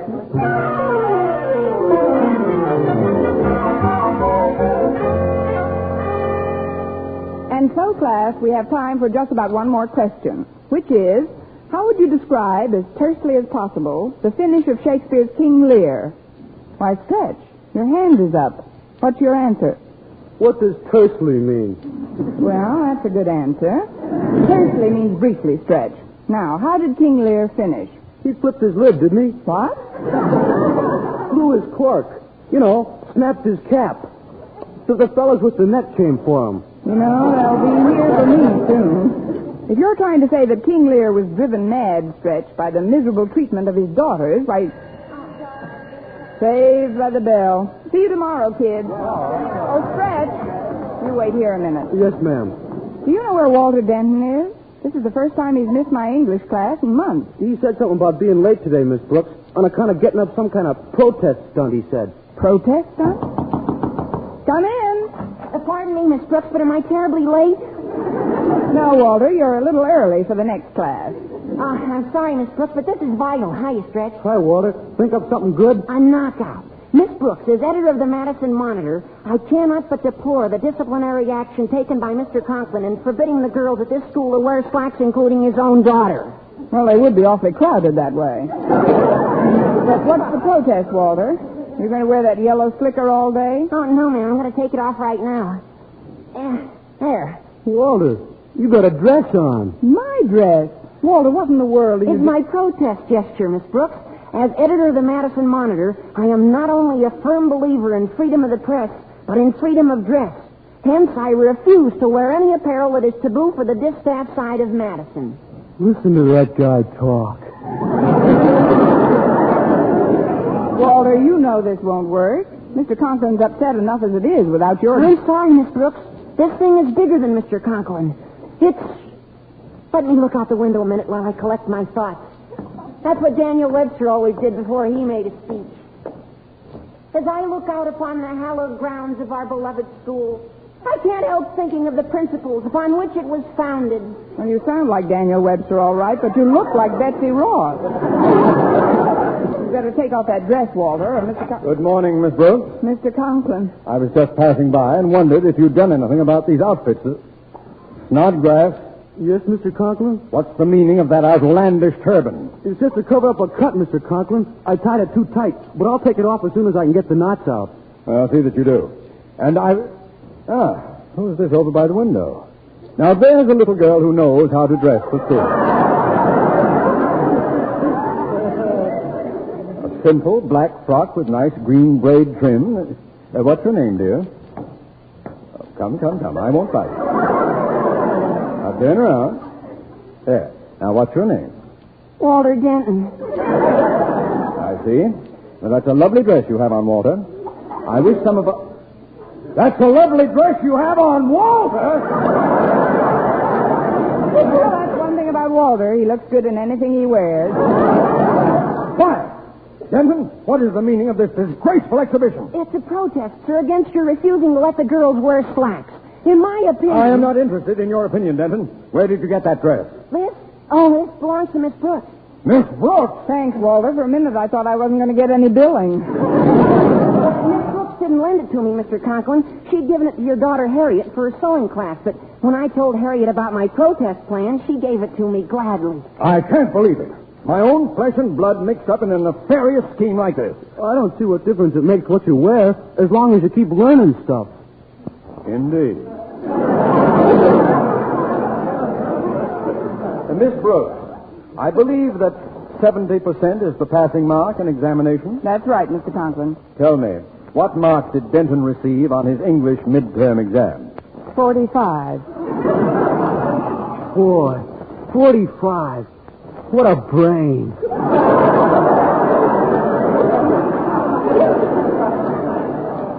And you, Snodgrass, what was your mark on the midterm? Well, right before I got to the last question, I broke my pencil. What was your mark, Snodgrass? 9.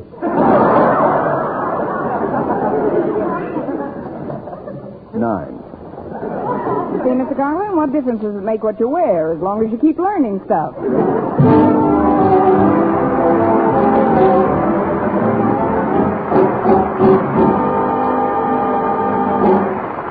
Our Miss Brooks, starring Eve Arden, will continue in just a moment. But first, here is Vern Smith. Here's wonderful news, ladies. Wonderful, wonderful news. Now there's something thrillingly new in Palmolive Soap's famous beauty lather. Yes, something thrillingly new. Palmolive's famous beauty lather now brings you new fragrance, new charm, new allure. Millions of women will prefer Beauty Lather Palmolive over all other leading toilet soaps the minute they try it. But Palmolive Soap's famous Beauty Lather now has a new, clean, flower-fresh fragrance for new allure, new charm. So, ladies, forget all other beauty care and use Palmolive Soap the way doctors advise for a lovelier complexion.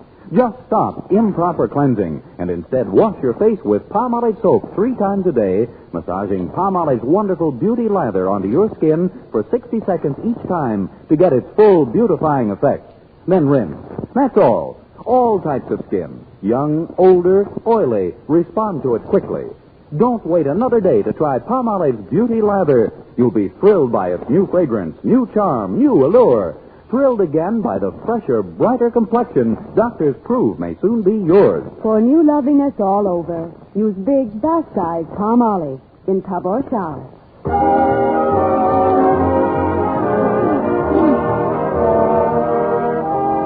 Well, Mr. Conklin finally suspended sentence on Walter and Stretch, but not until he had carved 6 or 7 new notches in his blood pressure. By lunch, I was so dizzy from having been on the ball all morning that after the bell rang, I just sat at my desk with my head in my hands. Excuse me, Miss Brooks. What? Oh, it's Mr. Boynton. I didn't hear you coming, which is very unusual for me. Your door was ajar, so I thought I'd drop in for a minute. Well, do, Mr. Boynton. Come on in. I am in. Oh, you can come in further than that. You won't be tagged out if you take both feet off the threshold.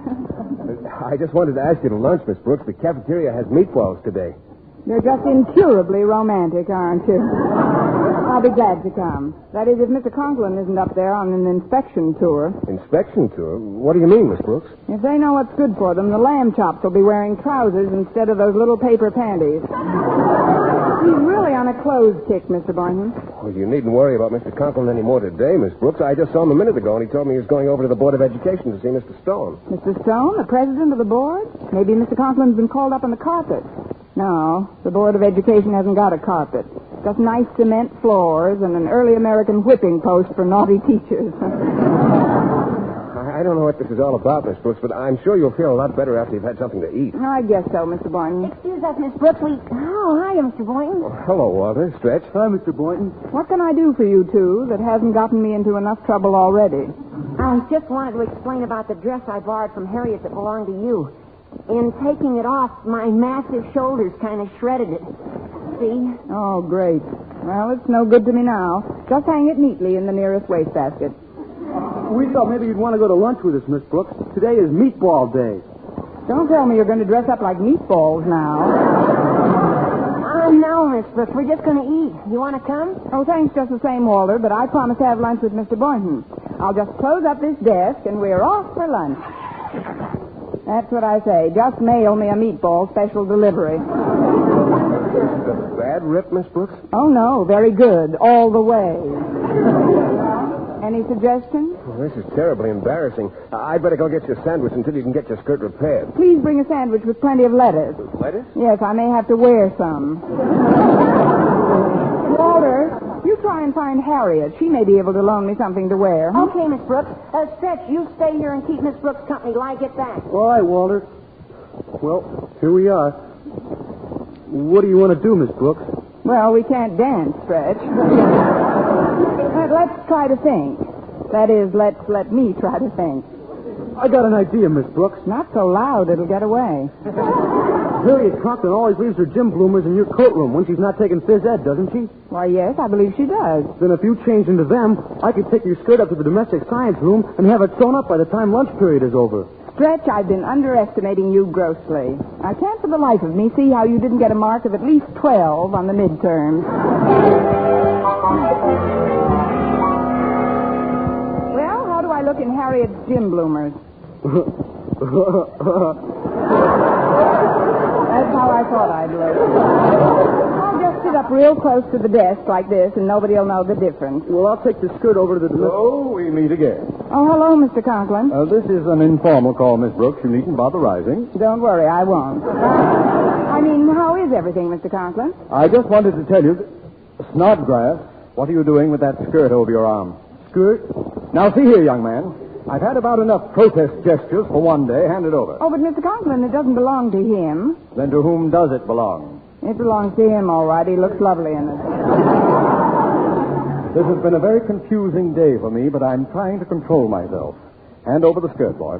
Or better yet, take it to my office and wait for me. I want to talk to you about that bandana you failed to remove. Yes, sir. Goodbye, Miss Brooks. I stopped in to tell you, Miss Brooks, that I've just received a call from the president of the Board of Education canceling my appointment over there. You did? I did. Instead, Mr. Stone is coming here. He is? He is. He's going to personally inspect both the student body and the faculty. The faculty? The faculty. There seems to be an echo in here. It must be the deep inkwells. I cannot impress upon you too vehemently, therefore, the necessity for the ultimate in neatness and simplicity of apparel. Do I make myself clear? You make yourself clear, Mr. Conklin. Good. Good. Now cut that out! I don't like to threaten people, Miss Brooks, but you've got to toe the mark. Oh, please don't bang on my desk, Mr. Conklin. You'll get a fistful of splinters. I'm sorry. I mustn't lose control. But you've got... Oh, excuse me, I knocked your pen off the desk. Oh, don't bend down. I'll get it for you, Mr. Conklin. Don't bother. No bother at all. I'll just kneel down here and I'll get... Good heavens! Something wrong? This floor is filthy. Look at the knees of my trousers, dust and chalk marks. Oh, I'm sorry, Mr. Conklin. Let me see if I can reach that There's pen. an easier way, Miss Brooks. The desk is on casters. You'll just roll it out of the way. But Mr. Conklin, you... Here it is. Now Miss Brooks. What are you doing in those bloomers? Well, it's like this, Mr. Conklin. On Decoration Day, the drama class is putting on a play. Poppycock. No, sir. Snow White and the Seven Dwarfs. And I've been asked to play the part of the prince, and dress rehearsal is right after school. More poppycock. Yes, sir. The truth is, I ripped my skirt on this splintery old desk and just put these on till I could get something else. My goodness, Mr. Conklin, it could happen to anyone. Then why doesn't it? No, Miss Brooks, these things only happen to you. Only to you! You hear me? Oh. I'm going over to my office now and wait for Mr. Stone. And you'd better get something to put on besides those black laundry bags.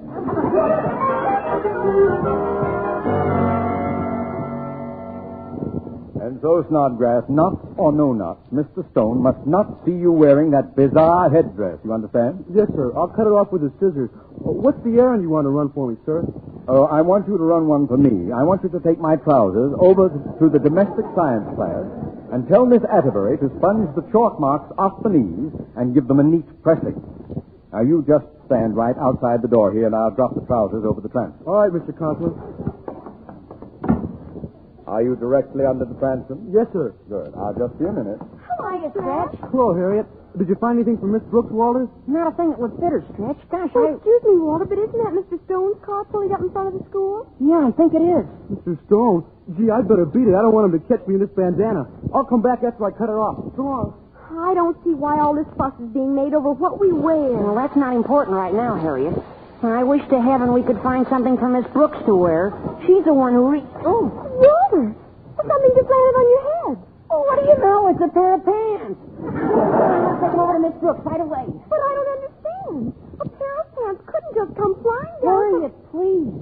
Who are we to argue with heaven?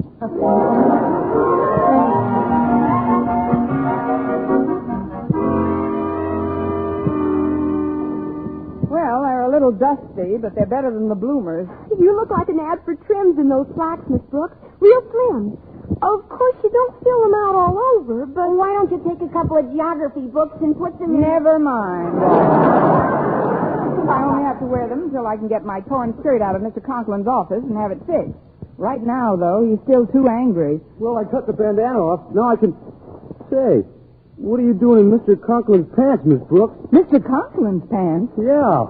I was going to get them pressed for him, but Mr. Stone came by and... Walter, this is awful. You took Daddy's trousers, and now he must be marooned in his office in his shorts. Gee, I'm sorry, Harriet, but I didn't know they were here. Oh, well, calm down, kids. We'll get everything straightened out. I beg your pardon, but is this Miss Brooks' room? Mr. Stone? Well, yes, sir. I'm Miss Brooks. We've met several times. In fact, I spent my Easter vacation working at the Board of Education. Miss Brooks, do you always dress this way at school? Oh, no, sir. I dress this way all the time. That is, these even aren't my trousers. They're not hers, Mr. Stone. They belong to Mr. Conklin. Mr. Conklin? But how does he feel about you wearing his trousers? Chilly. Right now, he must be pretty annoyed, Mr. Stone. Right now, you're coming across the hall to his office, Miss Brooks. Oh, but Mr. Stone, Mr. Conklin doesn't expect us. Somebody ought to go on ahead. I'll go, Miss Brooks. You children will sit down in this room and be still. Now then, Miss Brooks, after you. You certainly are. I'm coming, Mr. Stone. Here's the door to his office. Now go on in. I'd better knock first. No, don't come in. Just a minute. Wait, please. Don't stand there, Miss Brooks. Go on in. Pardon me, Mr. Conklin, but I was forced to see you. How dare you come bursting into my office like this? And in my trousers. Where did you? How did you? How dare you? Just a moment, Osgood. Oh, Mr. Stone. You should not berate Miss Brooks for what she's wearing, Osgood. After all, you've got a badly torn skirt on, Osgood. If I were you, a badly torn skirt on, Osgood. What is the meaning of this? I can explain everything, Mr. Stone. You can? I mean, of course you can. I know you can, Miss Brooks. Go ahead. Explain it. You see, Mr. Stone, each year on Decoration Day, the Drama Club gives a play. This year it's called It Also Happens to You. Isn't that right, Mr. Conklin? Anything. I mean, yes. It also happens to me. What about this play? Well, faculty and students both take part, and Mr. Conklin's going to act in one of the very important scenes. A scene called Poppycock on Parade. Yes, that's it. It's a beautiful scene. It's a lovely scene, yes. What has this corn... Rehearsal. There's a rehearsal right after school in full costume. I was just getting ready. That's right, Mr. Stone. Mr. Conklin plays the part of a lonely native girl on Poppycock Island. It's one of the Hawaiian group. One of the smaller ones.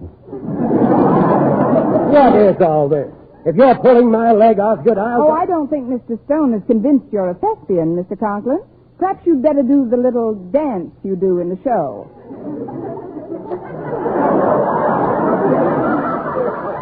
Dance? You know, where your lover leaves you all alone on the beach.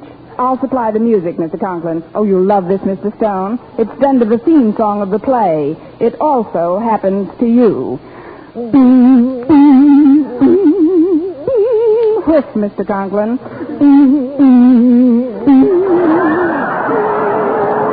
Now together.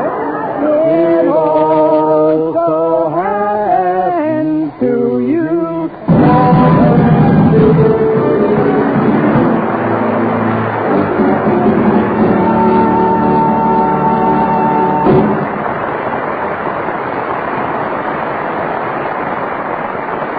As our Miss Brooks returns in just a moment. But first, dream girl, beautiful luster cream girl. Tonight, show him how much lovelier your hair can look after a Luster Cream shampoo.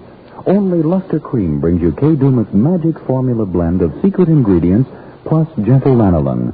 Gives loveliness lather even in hardest water. Glamorizes your hair as you wash it. Luster Cream, not a soap, not a liquid, but a dainty cream shampoo. Leaves hair fragrantly clean, free of loose dandruff, glistening with sheen. Soft, manageable. Gives new beauty to all hairdos, or permanent. 4-ounce jar, $1. Smaller sizes, either tubes or jars. Tonight, try Luster Cream shampoo and be a dream girl, beautiful Luster Cream girl. You owe your crowning glory to a Luster Cream shampoo. And now, once again, here is our Miss Brooks. Well, Mr. Conklin was so grateful to me for getting him out of his embarrassing situation that he canceled all punishments and the entire matter was dropped. That night, I was sitting in the living room with Mrs. Davis when the phone rang. And of all people, it was Mr. Stone. About that play the drama club is putting on, Miss Brooks. Will you be kind enough to hold a dozen seats for me? I'm bringing the entire Board of Education. The entire Board of Education? Yes. I want them to see Osgood Conklin do that dance in that costume.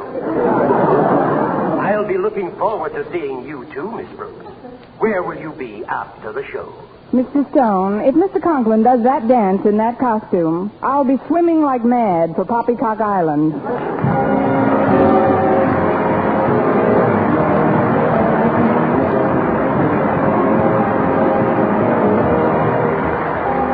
Next week, tune into another Our Miss Brooks show brought to you by Palmolive Soap, your beauty hope, and Luster Cream Shampoo for soft, glamorous, caressable hair. Our Miss Brooks, starring Eve Arden, is produced by Larry Burns, written and directed by Al Lewis, with music by Wilbur Hatch.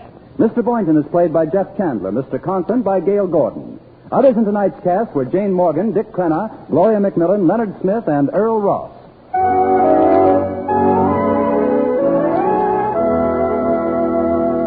Men, do you shave with a lather or brushless shave cream? Palmolive shaving cream comes both ways. And whichever way you prefer to shave, you'll find that using either Palmolive brushless or Palmolive lather shaving cream can bring you more comfortable, actually smoother shaves. Here's the proof. 2,548 men tried the new Palmolive way to shave described on the tube. And no matter how they had shaved before, 3 out of every 4 got more comfortable, actually smoother shaves. Get Palmolive brushless or Palmolive lather shaving cream today.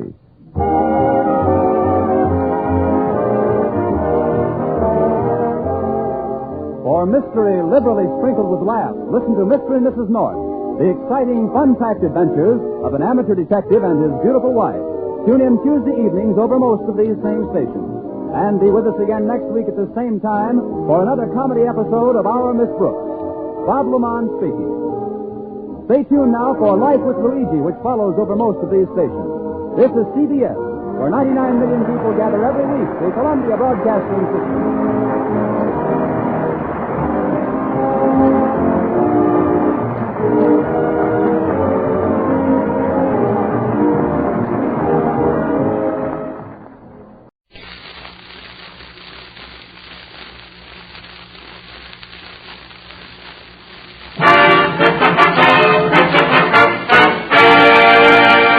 Of Avalon cigarettes, please. Yes, sir. Oh, just a moment, sir. Don't forget your change. You'd never guess, but Avalon's cost you less. So why not always travel on with Avalon?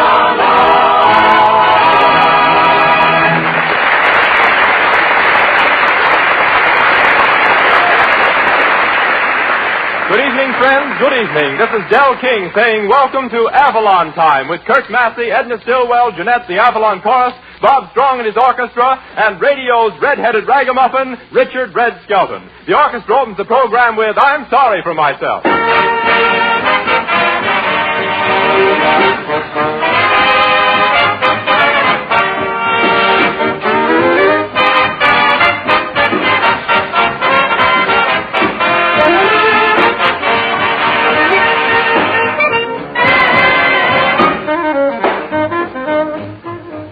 Ladies and gentlemen, Avalons offer every smoker a new high in cigarette value.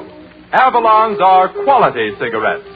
Quality cigarettes, mind you, that cost 3 to 5 cents less per pack than other popular price brands. And bear this in mind.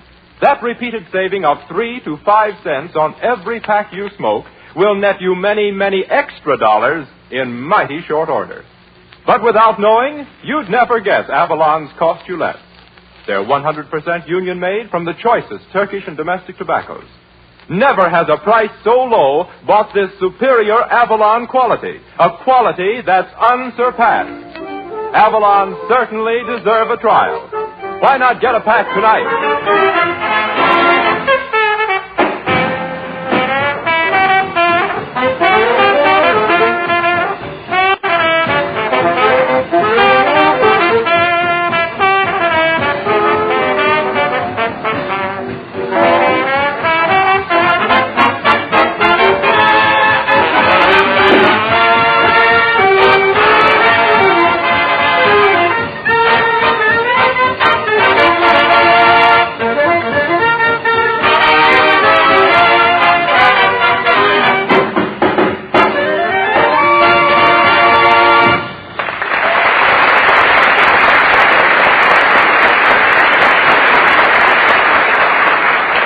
In the mirror, you see features. In the movies, you see double features. But tonight, we bring you a triple feature. Red Skelton, that man of many parts, appears in 3 parts. First, as that snooper scooper with squirrel-eye views of the news. Second, in A Slice of Life. And third, in a new and unique public service, Send Out Skelton. And now, headline Holcomb. We present that fearless ferret who formulates fodder for frantic folks who like their news fetched to them through their funny bones, Red Skelton.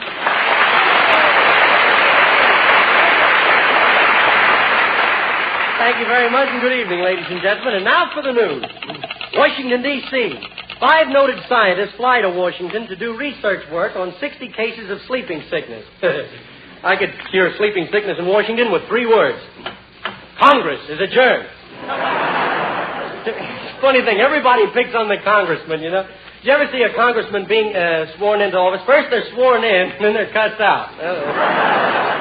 My father was the candidate, no kidding. He was like all politicians, though. He had 3 hats. One he carried, one he threw in the ring, and the other he talked through. New York City, the style experts say that the long dresses will be the vogue this fall. I don't care, I got a good memory.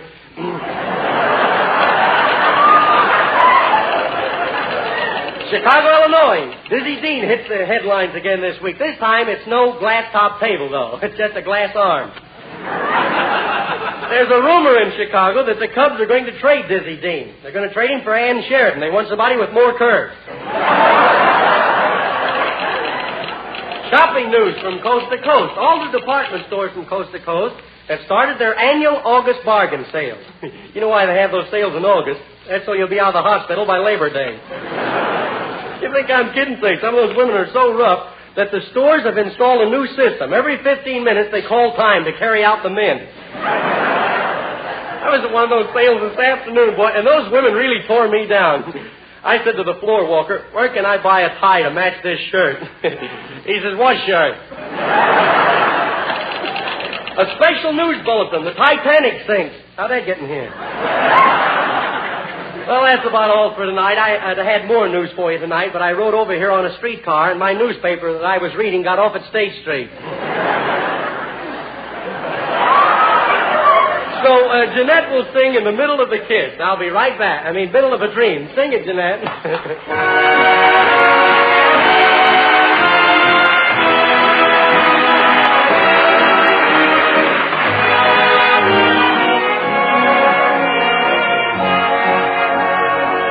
In the middle of a dream, you whispered, I love you. The tenderness of you took my breath away.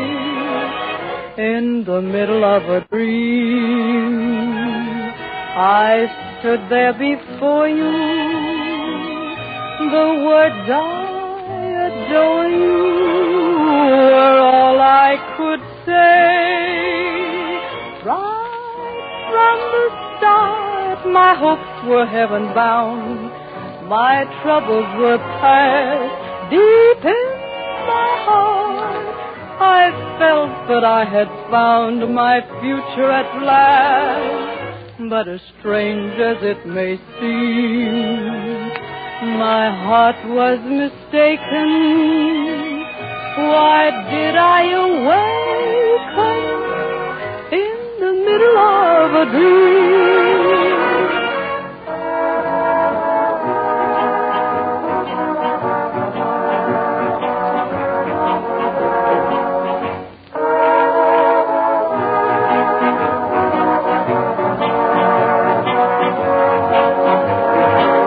But as strange as it may seem, my heart was mistaken. Why did I awaken in the middle of a dream?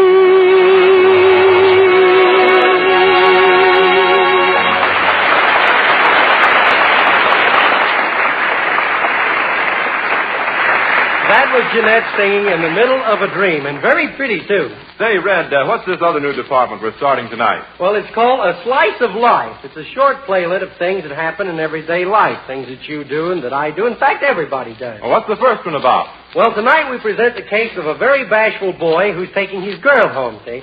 He's only known her for about 3 years. Now, he's never kissed the girl, but he's always wanted to, and tonight's the night. You set the scene, Bell. Okay, Red.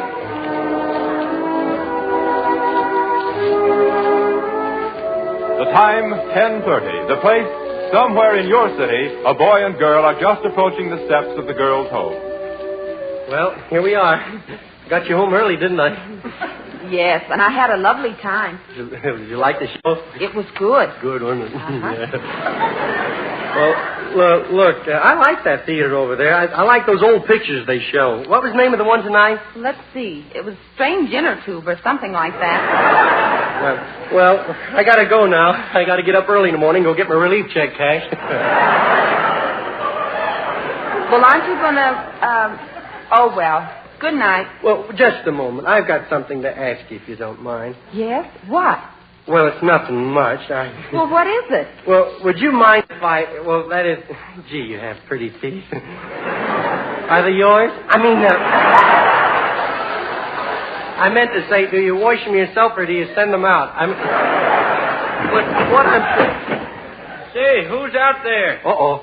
It's Richard and me, Dad. Oh, him again. Yes, we just got home from the theater. I'll be in a few minutes. Hi tonight, Pop. Don't you pop me or I'll come down there and pop you. You wouldn't dare. Fine time to be coming home waking folks up, talking loud enough to wake up the dead. Yes. Say, how come your dad don't like me? Can I help it if I belong to the Window Washers Association instead of the Janitors League? Gee, you know, we all can't be street cleaners like him, you know. He doesn't hold that against you. No, well, what is it? Well, he just doesn't think you have any get-up. Yeah? He thinks you're too shy. Oh, yeah? Is that all that ails him? Yes. Oh. Now, what were you going to ask me? Well, would you mind if I kissed you goodnight? I say, how about a kiss? How about a smoochie? Well, what's the matter? You deaf? Well, what's the matter? Are you paralyzed? No. You mean I can have one? Oh, gee, I've wanted to do this for a long time. You won't hate me for it in the morning.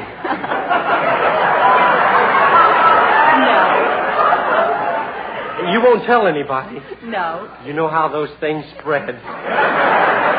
Well, here it comes. Oh, where did you learn to kiss like that? Oh, I eat a lot of spaghetti. Say, am I the first fellow that you ever kissed? Uh-huh. But you know, it's a funny thing. What's funny? All of the fellows ask me that same question. Well, look, that's what I wanted to ask you about. I know you've got a lot of fellas crazy about you and all that, but would you marry me? What? Of course, I know I'm not much to look at. Well, that's all right. You'd be working all day. Then you'll marry me? I'll bet you ask all the girls to marry you. No, I don't either. I only asked one other girl to marry me, but when I told her I had a rich uncle... What happened? A week later, she was my rich aunt. Say, when do you think we could tell the folks? I'd like to get some sleep if you don't mind. I'm coming, Dad. Just when you start to doze off, something has to wake you up, old. Well, I got to go in now. Yeah, could I have another kiss? No, not tonight. I'm too tired. Well, I'm tired, too. Come on, give me another little kiss, will you? Ah, come on. Just one little kiss, and I'll go home and get some sleep. For goodness sake, Edna, give the guy a kiss, and we'll all get some sleep.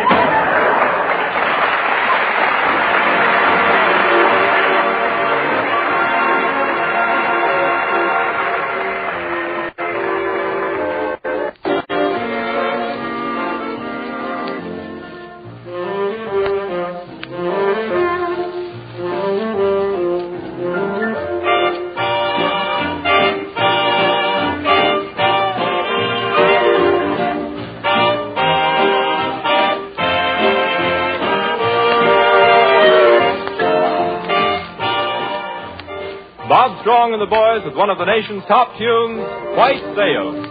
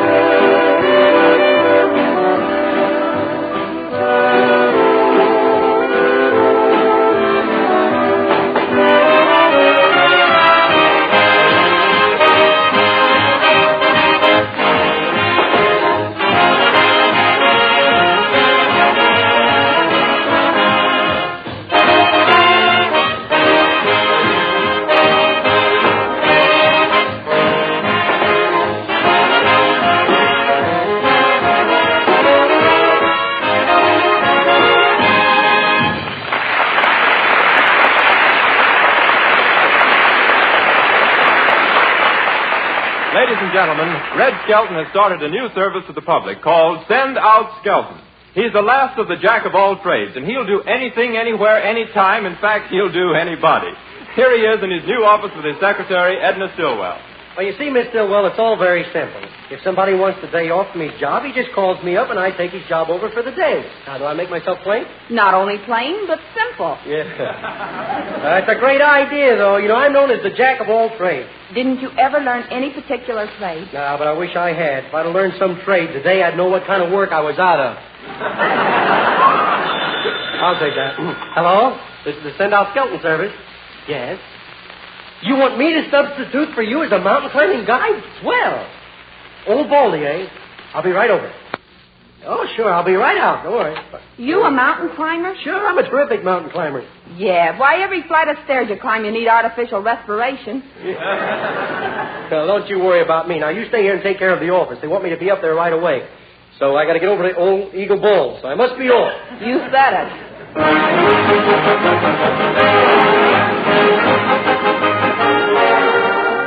And now, ladies and gentlemen, we take you up on the slopes of Old Baldy, where Red Skelton is leading a party of summer hotel guests on a mountain climbing expedition. And here's the great mountain climber now. Well, I guess we'd better stop here and rest a while. I know you all must be pretty tired. Oh, no, not this time. Well, I knew you'd all be tired. Say, where are those two St. Bernard dogs I brought along? Say, one of them's got a little keg of brandy under his neck. That's so in case somebody gets lost, I will... Brandy, Mr. Skelton. What's in the other keg? Ginger ale and ice cube. Did you see the dog? Well, yes. That man with the red nose was playing with them. He'd pretend that he was lost, and the dogs would go and find him. He certainly is a playful guy, isn't he? Oh, he certainly is. The last time I saw him, he was playful to the gills. Mr. Skelton, I wish you didn't have those dogs along. They make me nervous. Oh, you don't have to worry about those, Mr. Tupple. They won't hurt you. They bark a lot, but they won't bite you. Oh, well, that's all right then. But one of them barked the seat off of my trousers. Well, come on, let's get moving. Let's see. I think I'll take this trail here. No, we'll take this.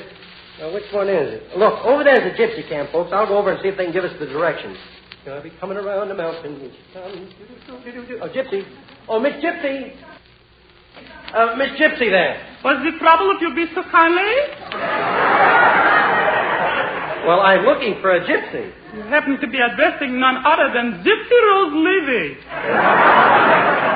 Gypsy Rose Levy, eh? Well, look, could you tell me which trail I take up to the old Eagle Bowl? But certainly by reading the palm. After first, you should cross in my palm with a silver $50. Cash. Oh. $50? My money, such a stingy pants. Now, look, I'd give anybody the shirt off of my back. So who'd wear it? Now, look, I've been reading my laundry. Look, here's the $50. Come on now, do that. Well, such a coincidental. I'm looking right behind you, and I see a sign which says, "To Old Baldy." Yeah. But you'd charge me $50 to show me something that's right in plain sight? Well, like the milkmaid, I'm only trying to squeeze out a living. Okay, goodbye, Miss Gyps. So long, sweetheart. Okay, gang, let's go. Yeah, boy, what a dame. I've heard of mediums. I've heard of happy mediums.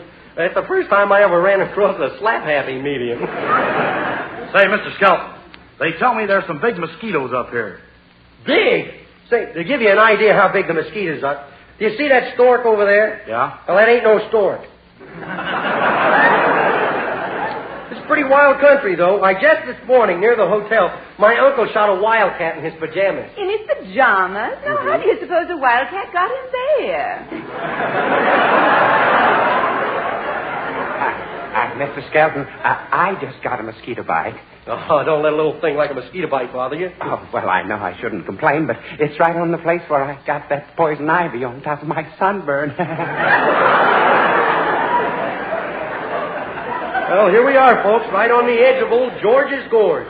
Oh, what a gorgeous gorge. I never expect to see a more awe-inspiring gorge. Oh, no? Come around sometime and watch me eat. Well, is everybody ready to go back now? No. Well, now, wait a minute. Now, just a moment. Don't try to turn me back. We must go on. Hey, look, over there's a wood chopper. Well, are you a woodman? Well, I ain't a fuller brush ape. Hercules, a lumberjack. Oh, yes, Mr. Skelton. And I'm getting ragged, getting rugged. But if I can just keep going on this job, I'll have muscles on my ears. Well, how do you like your job, Herky? Well, I don't know. Yesterday was my first day, and I started out just full of old Ned. I chopped, and tree after tree succumbed to my might. But what I thought was a successful day turned out to be something awful. Yeah? What happened? I chopped down 19 telegraph poles. But what are you doing up on Old Baldy? Oh, we're just climbing up to the peak. Well, you want to be awful careful of those rocks. I slipped and slid down a slope yesterday, and was I land scraped.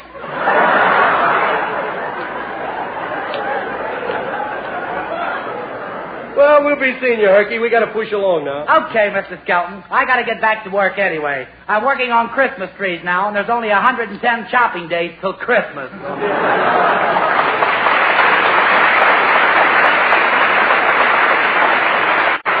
Good old Herky. He's always whittling while he works. Oh, look, a mountain goat leaping from crag to crag. Yeah, imagine that. And all he eats is tin cans. Well, what's that got to do with it? Yeah, I'd like to see you jump around like that on canned food. Well, here we are, folks. This is cliff number 2. This is Edwards Cliff. Say, Skelton, what's that camp down there in the valley? Well, that's a government camp. We're just 1,000 feet above it. Imagine that, 1,000 feet above a CCC level. Oh, look, I can see the hotel through these field glasses. Why, people down in the hotel look just like little bugs. Bugs? Let's see. Ah, you're looking in a bedroom window. Come on, let's take a look in this cave, huh? Oh, my, it's awful dark in there. I'll go in with you. Yeah, okay. Say, it is kind of dark in here. I can't see a thing in here. Are you scared? Well, I'm kind of scared. Well, then, for heaven's sake, throw your arms around my neck. No, I'm not that scared. Look, you better go back. I'll go in alone. Steel Nerve Skelton. That's me. Or is it? Was that you, Miss Twaddle? Uh-oh. Can that be a bear? No, it's probably just my imagination. I'll reach around here. My imagination's got a fur coat on. Hey, if you're a bear, growl again. That's all I want to know. A bear, folks! Run for your life! Up the mountains. Follow me, folks. Come on. One side, brother. I'm way ahead of you. Come on. Oh, I can't go any farther. Come on and get me, Mr. Bear. Why, the bear never even came out of the cave.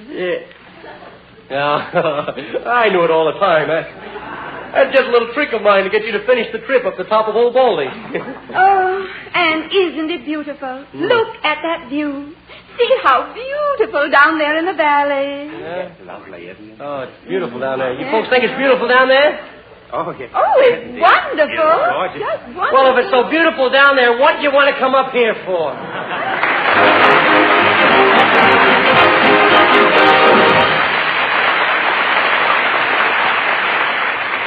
One of the finest songs ever inspired by the romance and drama of the Western Plains. Kurt Massey and the Avalon Chorus sing Boots and Saddles.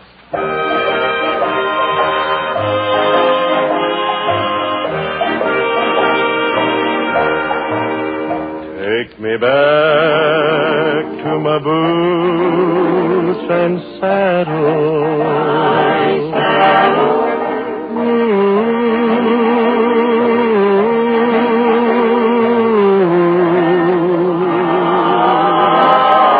Let me see that general store. Let me ride the range once more. Give me my boots and saddle. Give me my saddle. Let me ramble along the prairie. Along the prairie.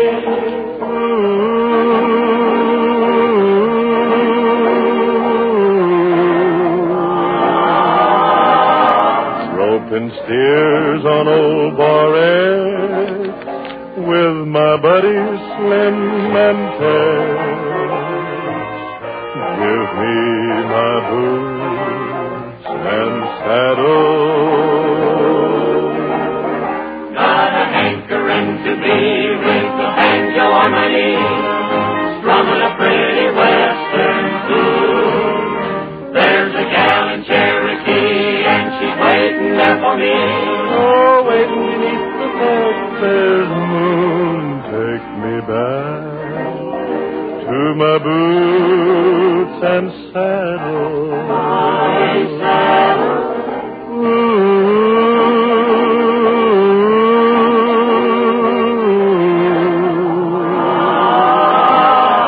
Let me greet each blazing morn on the ranch where I was born. Give me my boots and saddle.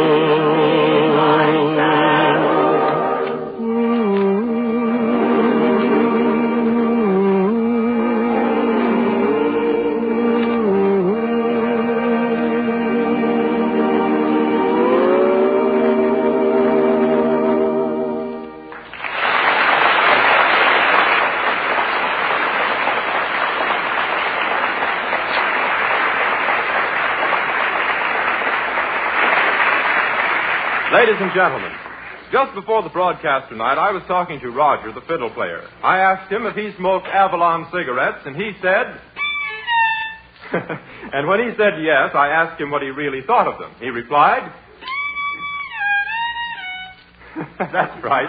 You'd never guess they cost you less. And ladies and gentlemen, you'd never guess Avalon's cost you less. 3 to 5 cents less per pack than other popular price brands. Because they're quality through and through, union-made from the very finest Turkish and domestic tobaccos that money can buy, blended just right to give you a smoke that's unsurpassed in smoothness, mildness, and mellow flavor. And remember, you get this superior quality cigarette for 3 to 5 cents less. Now, is it any wonder that millions upon millions of value-wise smokers are switching to Avalons? Why don't you give them a trial? Get a pack tonight.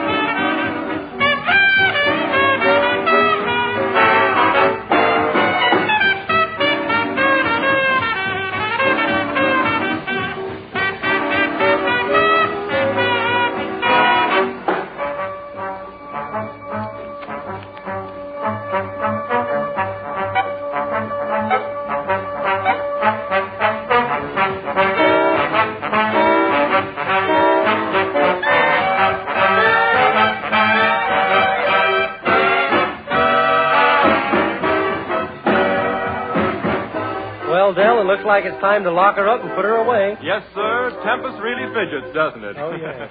Say, Red, is this send-out skeleton service of yours really on the up and up? Sure, it's on the up and up. At last I found a job that deserves me. Well, how about your headline Holcomb and your slice of life? I like those features. Yeah. How about some more next week? Oh, I think I can be prevailed upon.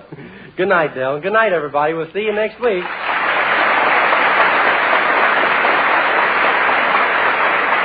Remember, friends, during the week when you ask for Avalons, don't forget your change. So why not always travel on with Avalon? Yes, you'd never guess, but Avalon's cost only 10 cents plus city or state tax.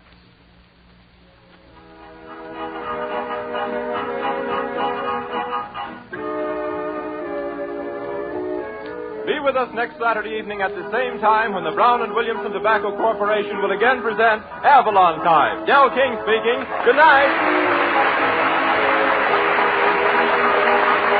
Heard on this program was I'm Sorry for Myself from Second City. Avalon Time came to you from our Chicago studios. This is the National Broadcasting Company.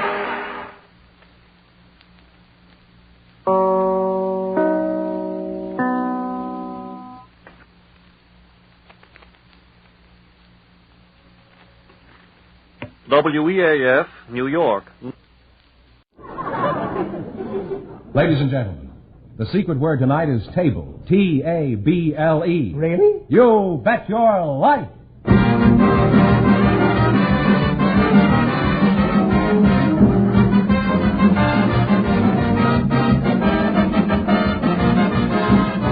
The more than 3,000 DeSoto Plymouth dealers of America present Groucho Marx in You Bet Your Life, the comedy quiz series produced and transcribed from Hollywood. And here he is, the one, the only... Groucho! That's me, Groucho Marx.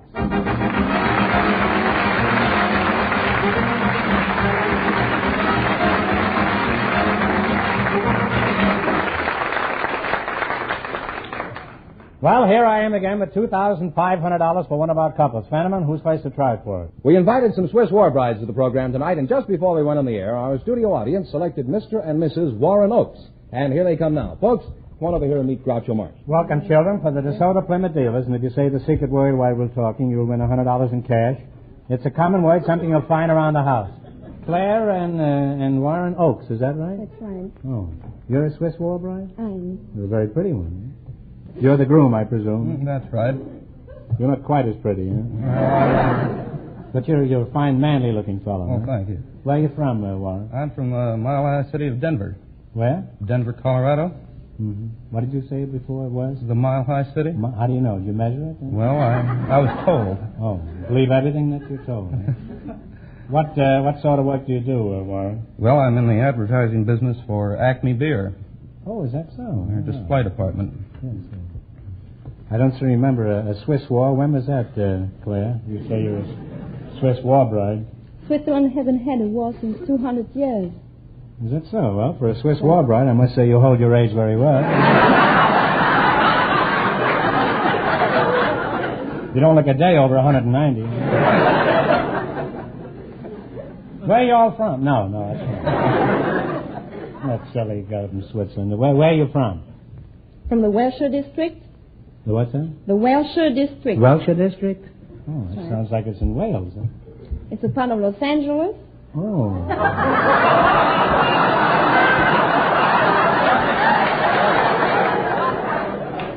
Oh, Wilshire, you mean, eh? Well, that's practically in Switzerland, eh? That's a very cute suburban accent you have. Is that pure native Californian, Claire? No. Must be a Swiss accent. Am I getting warmer? No.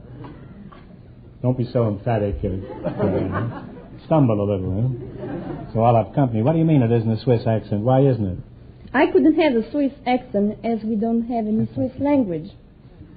There is no Swiss language? No. Well, how do you talk to each other? You just stand on a mountaintop and yodel across the valley? We have 4 languages: French, German, Italian, and Romansh. What was the last one? Romansh? Romance? That's right. Which one do you speak, Claire? I speak French. Good. Well, how would you ask me for a kiss in French? I wouldn't ask you for a kiss.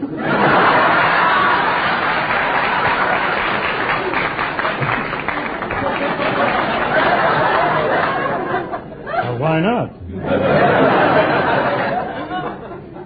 So I'll throw on a charm here. You'll never suspect what I'm doing. Why not? I don't think my husband would like it. I'm not interested in kissing your husband. How would you ask him for a kiss in French? Donne-moi un baiser. He may be busy, but ask him anyway. Maybe you better leave your name at the front office, huh? Well, could you tell us something about Switzerland? What is it noted for? It's scenery, watches, and cheese. Watches and cheese, huh? I suppose you watch the cheese through those little holes, huh? You know, I've often wondered, Claire, why do they have those holes in cheese? Is that to get on the other side? No, that's another joke.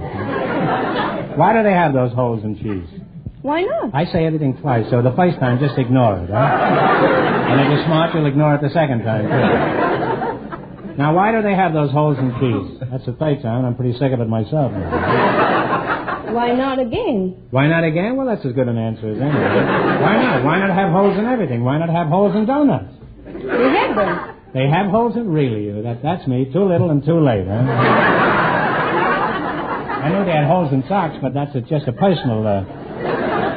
Now, when you think of Switzerland, Warren, what comes to mind first of all?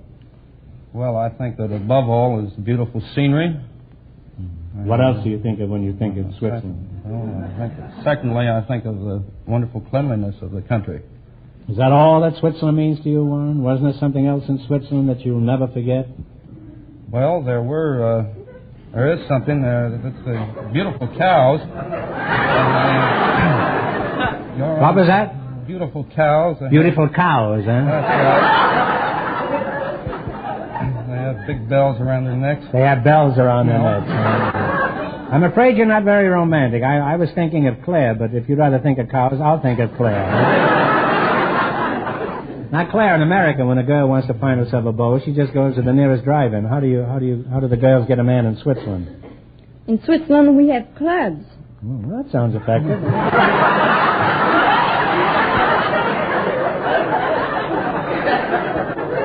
Just pick out the sucker you want and swat him with a club, huh? No, I don't... What do you mean? What kind of clubs?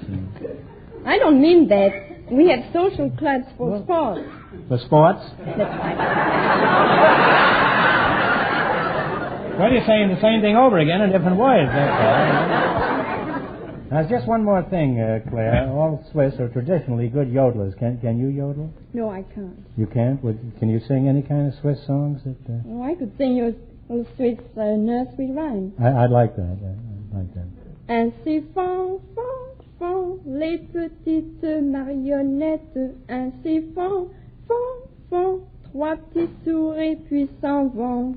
That's very sweet, isn't it? Huh?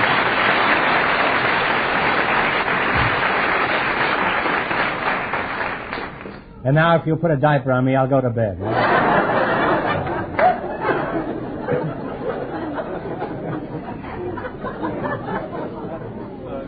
That was really very pretty, Claire, and that song sounded almost as sweet as you look. Now, in just 1 minute, you're going to play You Bet Your Life for a chance at $2,500. Now, right now, I want you to pay close attention to Fenneman.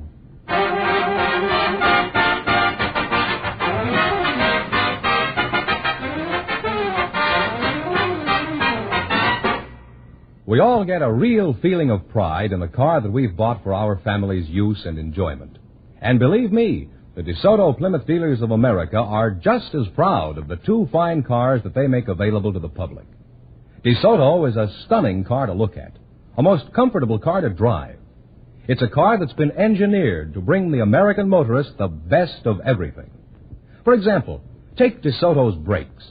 No car in the country has bigger. This means they stop you quickly, at high speed.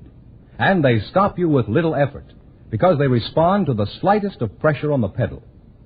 DeSoto also has a special new parking brake, completely independent of the wheel brakes. Another safety feature found in very few other cars. And remember, all dealers who sell DeSoto also sell Plymouth. So look for those two great names linked together. DeSoto, Plymouth.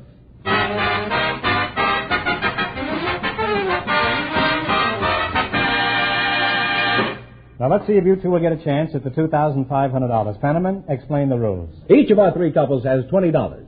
They each bet as much of that 20 as they want on each of 4 questions. And the couple that earns the most money gets a chance at the $2,500 DeSoto Plymouth question at the end of the show.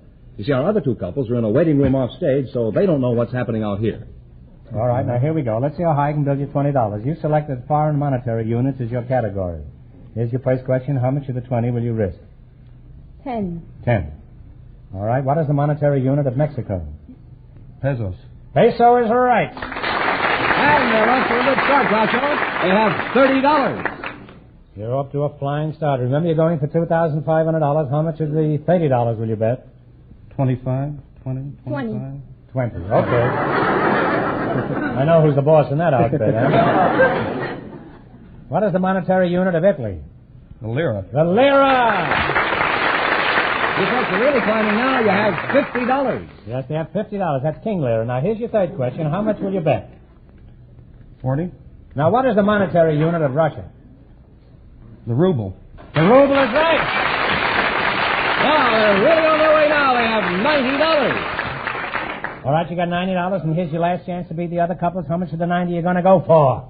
Pretty dramatic, huh? Well, shall we go for 80? Mm-hmm. Or 90? 90. Let's see. $90. The whole thing. Mm-hmm. What is the monetary unit of England? The shilling. Or the pound. Pound. Which is it now? Pound. The pound is right. And they wind up with a grand total of $180. Goodbye, Sam.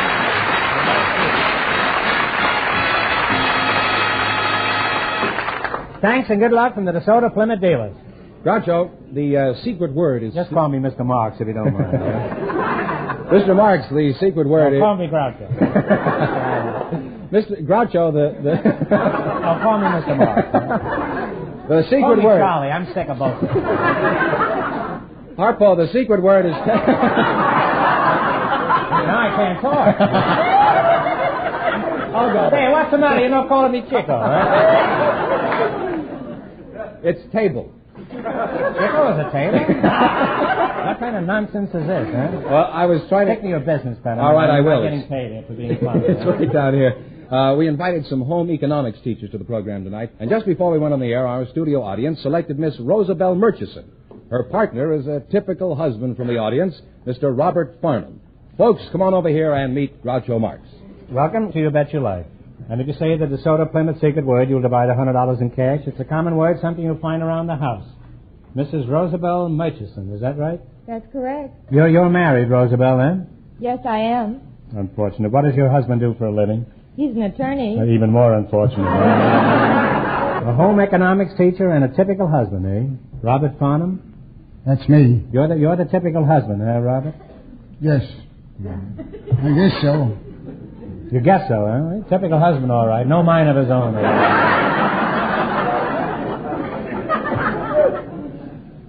Where you from, Bob? New York City. New York City, huh? How long have you been married, Bob? 17 years. 17 years, huh? How'd you meet your wife, or vice versa? Well, I was a policeman out in Coney Island, and I jumped over the boardwalk and went out into the water in full uniform and saved this boy. I brought him out of the water and came back to the beach, and the next thing I knew, I was knocked down. And there was this girl slapping kisses at me. And what do you mean, slapping your kisser? I don't understand. Just telling me how grateful she was and for saving her brother and what she couldn't do enough for me. And here I was in a wet uniform, and she knocked me down in the sand, and the sand was in my pockets and in my shoes and clung to me. And then they invited me home, and they started feeding me goulash and pressing my pants and washing my shoes. Did you have the pants on when they pressed them? Or? No, I had them off. I was standing behind the curtain, and it fixed me up okay. And how did the uniform turn out? Pretty good? No, it didn't turn out pretty good. What'd you do? You quit the force after that? Oh, no, I'm still in the police department. You're still in the police department out here locally? You know? Or still in Coney Island, huh? I'm out here on a vacation. Oh. 30 days vacation. I see. Once you get 30 days, as a rule, it's not a vacation. Well, now, do you go down the boardwalk here and jump over occasionally, or do you wait till you get back to Coney Island? I'll wait till I go back to Coney Island. You came out alone? No, with my wife. Oh, your wife. Oh, you're here. You didn't come on a pleasure trip. Now, your husband is a... And your husband is a lucky man. He's married to a cooking teacher. Is that right? That's right. Does he crab about your cooking, or does he eat everything with relish? He eats everything I cook with relish. Well, if you have to eat everything with relish, your cooking can't be very good.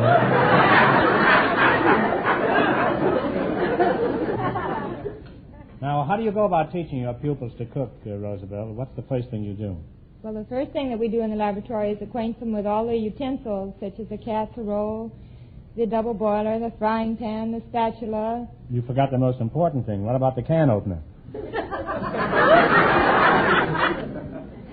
All right, now I'm familiar with everything in the kitchen except the cook. As a matter of fact, I'm pretty familiar with her, too. But besides cooking, what do you teach your students, or is that enough? Oh, how to use the salad fork and the cocktail fork, for instance, which one is which, and so forth. Bob, what is the difference between a cocktail fork and the other kind? Well, salad fork, huh? Salad fork you eat your salad with.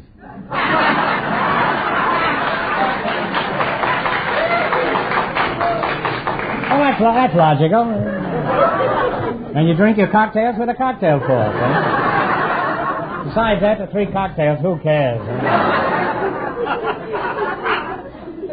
Bob, suppose you went to a big formal dinner. How could he be sure he's using the right fork, Roosevelt? How could Bob be sure? Well, he should watch the hostess and use the same one she does. Well, I've nothing against the hostess, but if I must use the same fork, I'd want it washed first. Huh? I don't want the hostess washed. I just want the fork washed. I don't know whether they heard that. I don't want the hostess washed. I just want the fork washed. I guess they heard it, huh? Well, Bob, you're going to be a social flop. Now, let's see how you two will make out in the battle for the $2,500. You've got to work together as a team and run your $20 no more than our other couple. Can't tell you how much our first couple won, but Fenneman's going to remind our listeners. The Swiss war bride and her husband won $180. Here we go. Let's see how high you can build your $20. You selected food and drink. How much you going to bet at the $20? $10. That's the whole thing. Let's make it 10. Okay. Now, here's your first question. You're going to bet $10. What is the main ingredient of Welsh rarebit? Cheese, and it may either be milk or beer. You don't have to go any further. Cheese is fine, huh? And you're off to a great start. You have $30 now. Remember, you're going for $2,500. How much of the $30 will you bet? 20. $20. What kind of liquor is used in crepe Suzette? Brandy. Brandy is right. Now you folks have $50. Here's your third question. How much of the 50 are you going to try? 40. $40. All right. What fruit is used in a Waldorf salad? Apples. Apples is right. That's why now they have $90. You got $90, huh? 80. You're going to bet $80. Huh? You're really giddy, aren't you? Here's your last chance to beat the other couples. Now, what is the main ingredient of catsup? Tomatoes. Tomatoes is right. And they wind up with a grand total of $170.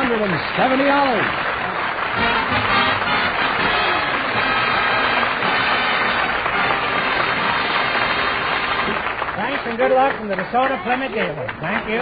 Goodbye, Bob. And take good care of your uniform. Huh? Well, Groucho, I guess we still know that the secret word is table. Uh-huh.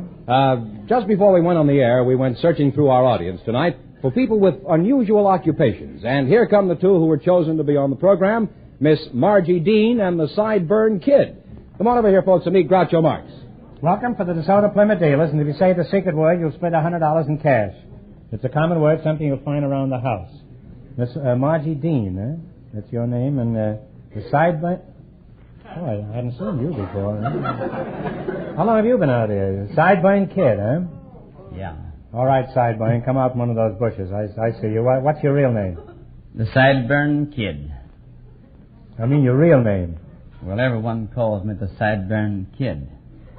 You're lucky. You should hear what everybody calls me. I'm not through with you, Gabby. I can still see you through a haze there, but I'll be back to you in a minute. Huh? Margie Dean, eh? Where are you from, Marge? I was born in Boise, Idaho, but I've been in California since I was 5. Since you were 5? Mm-hmm. You remember Boise at all? No, I don't. Do you have any little Boise or girls? No, sir, I don't have. Mm-hmm. Are you married? No. I'm relieved by that answer. Now, Margie, Fenneman says you have an unusual occupation. Just what is it? I teach parrots to talk. You teach parrots to talk? Yes. Could you teach the Sideburn Kid how to say his name? Certainly could. That's a peculiar occupation. How did you ever get into that kind of a job? Well, I had the bird given to me as a gift. Somebody gave you the bird? Uh-huh. And what is his name? Fibber. Is Fibber a boy parrot or a girl parrot? I don't know. Does Fibber talk? Very much so. Mm-hmm. Why don't you ask Fibber what is... On the other hand, it's probably not important. It's not important except to another parrot. Mr. What did you say your name was? The Sideburn Kid. You're the same fellow who was here a minute ago, right? I hope so. What does your wife call you? Well, she calls me just about what every wife calls her husband, and a lot of nice names when she wants a lot of nice things, you know. Like what? Honey, sweetheart, darling, and, well, it just continues on, you know. I guess so. Oh, to be in England now that June is here. I don't know what I do over there. I mean, there's a pound at $1.90 now. What does the draft board call you? They don't. I got 6 kids.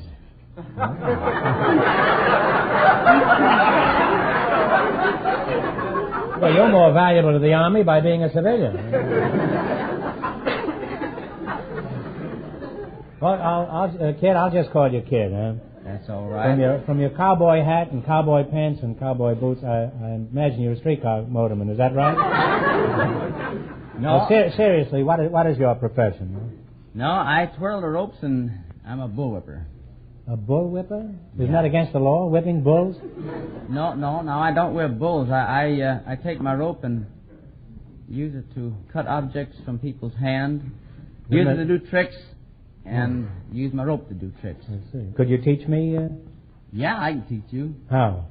Well, you take the end of the rope in your right hand. Never mind, I was at the end of a rope once, and I'll be hanged if I'm going to go through that. Margie, let's talk about your parrots. What kind do you train? Mexican yellowheads. Mexican yellowheads? Why that particular breed? Well, they're very colorful, and they're very intelligent, and they're very lovable and affectionate. Well, in what way are they intelligent? I mean, well, for example, what do they do? For instance, in the evening, they'll be in the room just chattering away and carrying on wonderful conversations. Mm-hmm. And I'll go over and turn on the television, and believe me, they just are quiet immediately, and they don't utter a sound until the television set is turned off. The parrots watch the television? The television. And you say they're intelligent?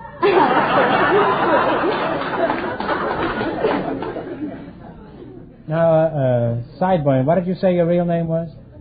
The Sideburn Kid. I'll just call you Old Ironsides, huh?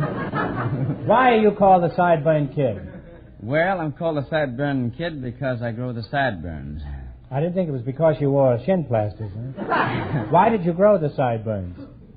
It makes me look older because when I was young, I looked too young and everybody called me a kid. So by having these whiskers, why, I passed for an age that I wanted to be a man then.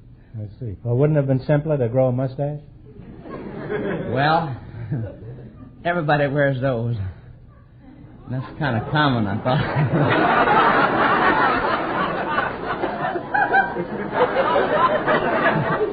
In other words, you wanted to attract attention, is that it? Of course you could attract attention just by drilling a hole in your head and planting petunias.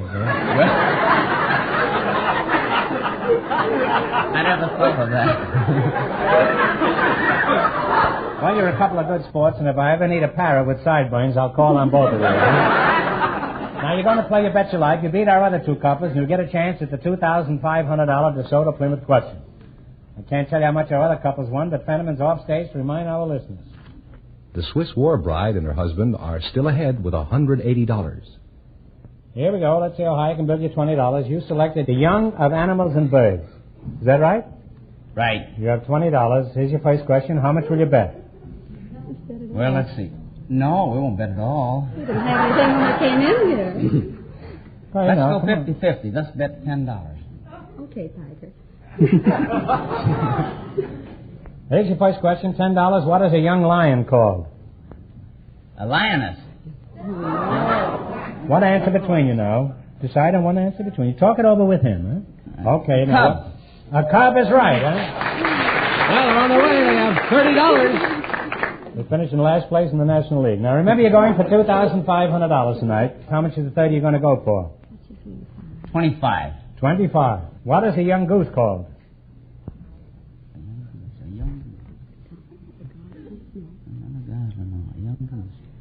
not a duckling. Come on, kid.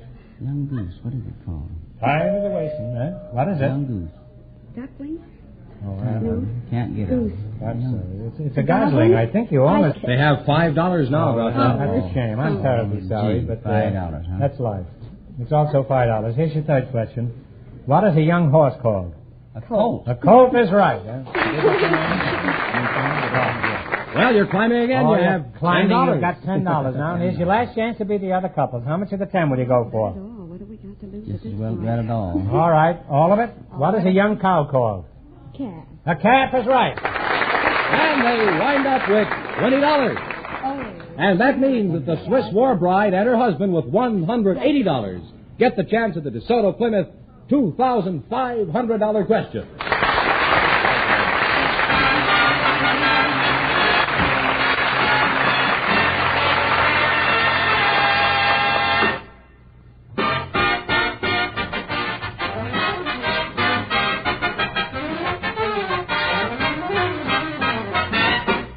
Nobody wants fast service for his car unless he's also assured that the best work will be done. Speed isn't that important. But at a DeSoto Plymouth dealers, wherever you live, wherever you drive, you can count on fast service as well as expert service. And here's the reason. In the first place, the mechanics who do the work at a DeSoto Plymouth dealers are trained in the latest factory service techniques. They know the best ways of servicing a car from bumper to bumper. And these expert mechanics get regular monthly training in factory methods, which keeps their skills up to date. Then there's the equipment the service crew in a DeSoto Plymouth shop has to work with. It's the very finest, the most modern that money can buy. So, naturally, skilled men working on a job with the best equipment available service your car better and get it back to you sooner. That's what fast service means wherever you see the sign of a DeSoto Plymouth dealer.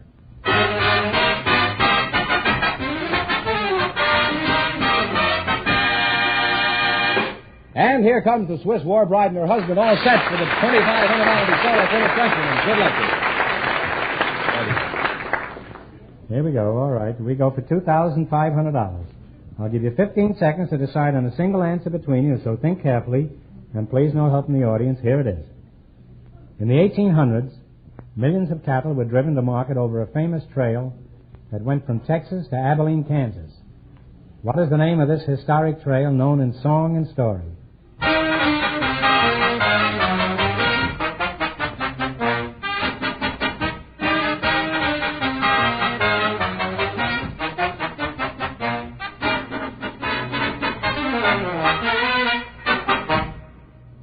All right, what is the answer you two have decided upon?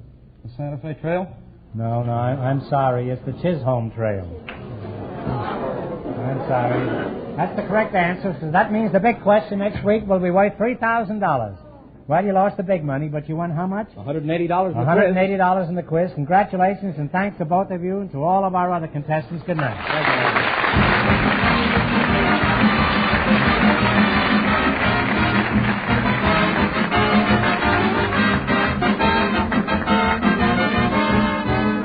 Be sure to tune in again next Wednesday night at this time for the Groucho Marx Show, when the big question will be worth $3,000. And don't miss Groucho's television show, also presented by the DeSoto Plymouth Dealers of America.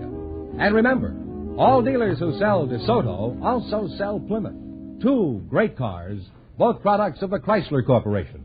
And when you drive in, tell them Groucho sent you. Good night, folks, and remember, just be sure to see your DeSoto Plymouth dealer.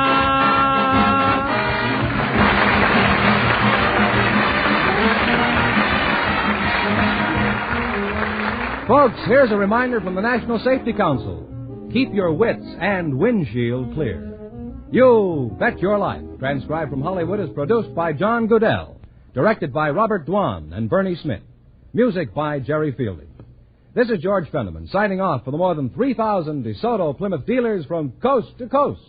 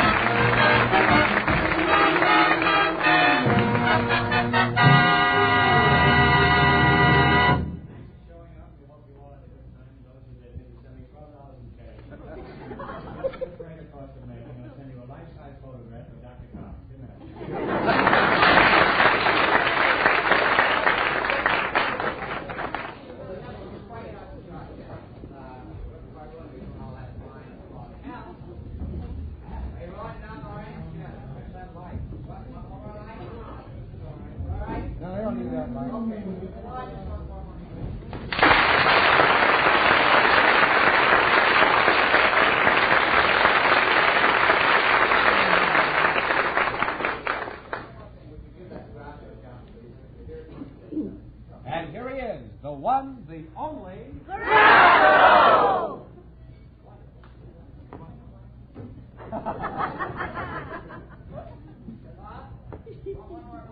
Another applause?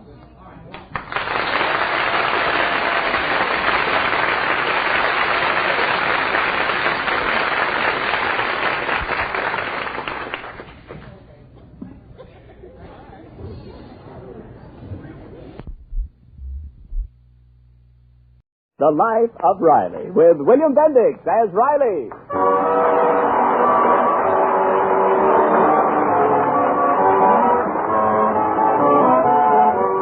Through the years, the friendship of Chester A. Riley and Jim Gillis has bloomed and ripened. It has survived every test of time and circumstance. But now, Riley and Gillis are about to embark on a mutual undertaking so perilous, so fraught with hidden danger, that no friendship could be expected to bear up under the strain. They're chipping in to buy a car together.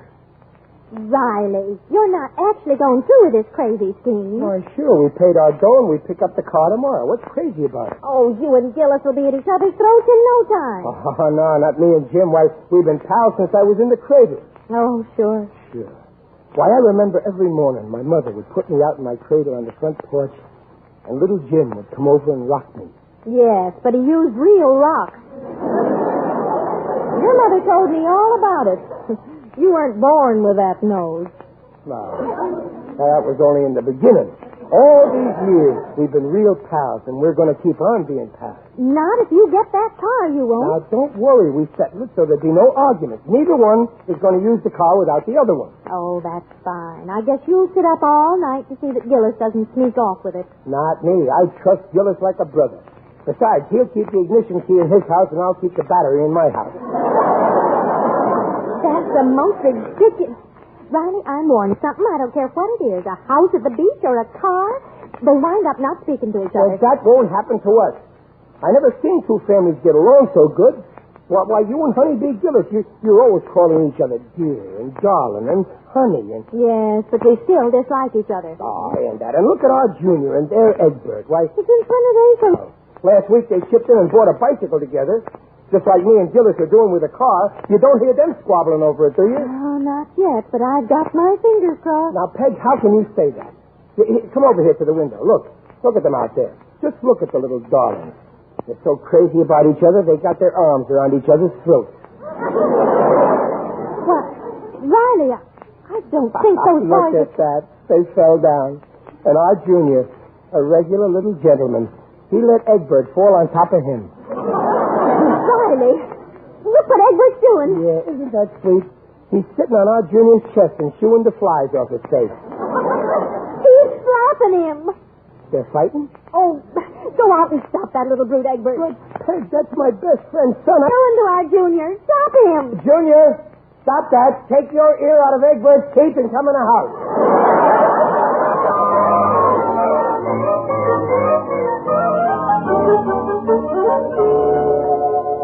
Well, there she is, Riley. Our own car at last. She's a beauty, ain't she? Yeah, she sure is, Gillis. I always wanted an Essex. And it's their latest model, too. 1926. Yeah. Oh, I never thought I'd own a car. No, me neither. It just goes to show what cooperation can do. Yeah. Too bad our kids and our wives can't get along the way we do. Yeah. Say, I want to apologize for the way my Egbert bit your Junior's ear. Oh, forget it. The kid was probably hungry. You know, the kids would have made up, only those wives of ours had to go mixed in. What blew me up was the way... That's the trouble with the world. Name-calling, misunderstanding, insults. That's the way war starts. First thing you know, I drop an atomic bomb on your house, and you drop an atomic bomb on my house. Why, our landlords would evict us. Right? Oh, sure. We've been pals too long. Sure. Why, we was childhood sweethearts. Yeah. I remember when I was 5 years old, I wanted to marry you. Sometimes when I look at my wife, I'm sorry I turned you down. Oh, yeah, those were the days. Of course, in the beginning, we hated each other. Yeah.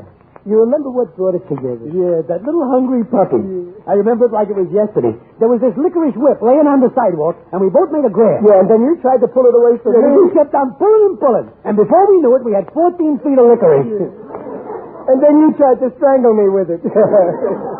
And then we heard that hungry little puppy whining. Yeah. I remember how he looked up at us with those big brown eyes, appealing to us. Yeah. And then we forgot all about fighting. Yeah, we stopped being selfish, and we gave that hungry little pup the licorice. The whole foot. We didn't even save an inch for ourselves. And we've been pals ever since. Riley, if I ever try to pull something, you know, if I get belligerent, you just remind me of that little pup that brung us together. Yeah. You know what? I'll just bark. I'll go, woof! And if I ever get belligerent, you'll remind me. Yeah. I'll go, woof! Yeah. Gillis, we want our kids to be pals like us, don't we? Sure, but the kids today, they don't want to listen to reason. They'd rather fight. Yeah, well, talking don't do no good. We got to show them. So this Sunday, what do you say we take our junk car and the kids on a picnic? Huh? A cooperation picnic. Let's show them how beautiful a friendship can be. Better day. Yeah, I'll go tell Peg to get all the stuff. Wait. No women. Huh? They'll only make trouble. How will we keep those kids happen? No, sir. No wives on this picnic. No, you're right. No wives. This Sunday, we'll just be a couple of bachelors out for a good time with our kids.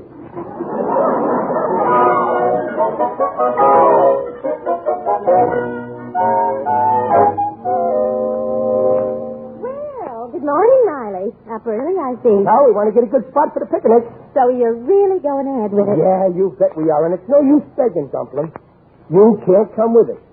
You and Honeybee would only start scrapping with each other. Oh, don't worry. I don't want to go. Now, it's no use getting hysterical. You can't go. Our heads are made up. You ready, Junior? Yeah. Do I have to go, Pop? Well, yeah, we're doing this for you and Egbert. You're going to love the picnic and the swimming. Now, you take the little box and I'll take the big one. Now, are you sure you got everything you'll need? I don't want those kids to be hungry. Oh, don't worry. I made a list. See? Everything's taken care of. Oh, Riley, you left out half the things. You got a grill, but there's no meat. You got firewood, but no matches. There's butter, but no bread. Well, sure, that's the whole idea, Peg. Cooperation. I bring the grill, Gillis brings the meat. I bring the coffee, he brings the cream. He brings the onions, I bring the air wick.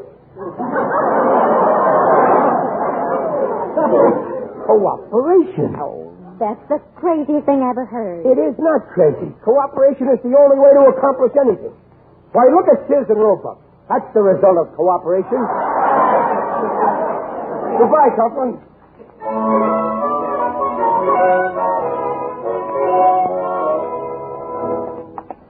Oh, there's Gillis. Oh, you all set, Gillis? All set. Hurry up, Egbert, darling. Hey, come in, Papa. I want to sit in the front. Hey, wait, Junior, I'm sitting in the third. Well, no, you're not. It's my father's car. It's my father's car, too, isn't it? Now, boys. Stop it. It's our car. That's right. I'm surprised at you kids. You've got to learn how to get along. Well, certainly. Now, both of you get in the back seat and act like gentlemen. All right. That's better. Now, kiss and make up. First, take out the bubble gum. Oh, no. Well, okay, then just shake hands. Well, let's get going, Riley, my good friend. Yeah, pal. I can hardly wait to get my hair. Riley, I better drive. No, I better first here. Since when are you an expert? I drive better than you. You don't drive a car, Gillis. You aim it. Listen here, I'm driving. And if you don't like it, you can stay home. Look! Oh, forgive me, Riley. I lost my head. Thanks for reminding me. We can settle this peaceful. Why, sure. I'll tell you what we'll do. We'll both drive. I'll steer and you'll shift. Now you're talking. Yeah, you see, boys, cooperation.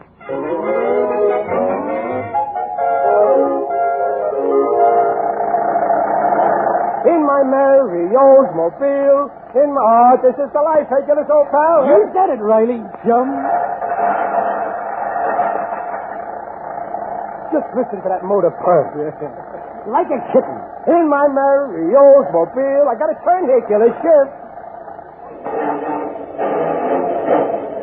Got it. Smooth as fluid drive. That's teamwork for you, boys.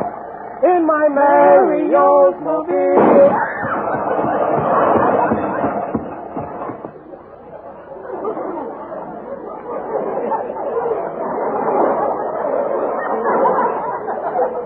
Who's shooting? We got a flat, Pop. Yeah, the rear left tires. Oh, a flat. Well, we'll have that fixed in a jiffy. The windshield's getting kind of dusty, too, so as long as we stop, I'll dust off the windshield, Gillis, while you're fixing the flat. Okay. Wait a minute. I can dust the windshield. Why don't you fix the flat? Now, look, Gillis. Now, look, let's not have any trouble. You're not just a passenger, you know. You own half this car. Yeah, but how do you know that flat tire is in my half? Well, how do you know it isn't? Riley, I'm defying you to make me fix that Now, tire. just a minute, Gillis. You ain't done a thing since we left home except shift gears. And if you know what's good for you, get off that flat tire. Really? Oh, you have gears chipped and something. That's okay. We can both fix the tire. Okay, pal? Right, chum.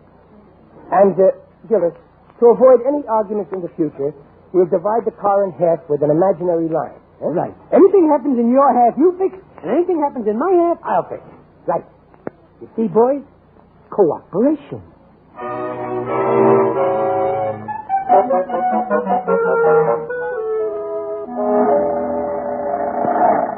How much further to the picnic grounds, Gillis? A couple more miles. Mr. Riley, will you stop at the next gas station? What, again? Gillis, that kid of yours has stopped at a gas station every mile for the last 10 miles. Well, is it my fault the little darling needs air to blow up his water wings? Okay. Look out for that car in front. Watch it. Watch that. Turn your wheels. Turn, Gillis. Riley, you're driving. No. Yeah, that's right. What's the matter with you, Riley? Well, I'm nervous. Every 5 minutes, stopping at gas stations to blow air into your kid's quit belly aching, will you? You're getting me nervous.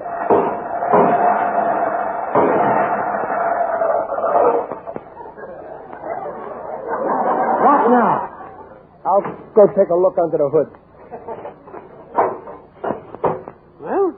It's burnt out. Nothing much. There's a garage about a mile back. You go get some spark plugs, Gillis. Should I go get them, chum? Those spark plugs are in your half of the car. They're not in my half of the car. They're in your half of the car. Now, wait a minute. We divided this car in half, and the front part is your half. You got it all wrong. We didn't divide this car across the width. We divided it lengthwise. So these spark plugs are in your half of the car. I had just about enough out of you. I'm fed up to here. Gillis. Ever since we left home, all you done was shoot off that big yap. Gillis. And I'm getting sick and tired of it, you big ass. Gillis. If I'd have known you were going to turn out like a weasel like this, I could have gone into this. I could have had lady. Double fucking skunk like you.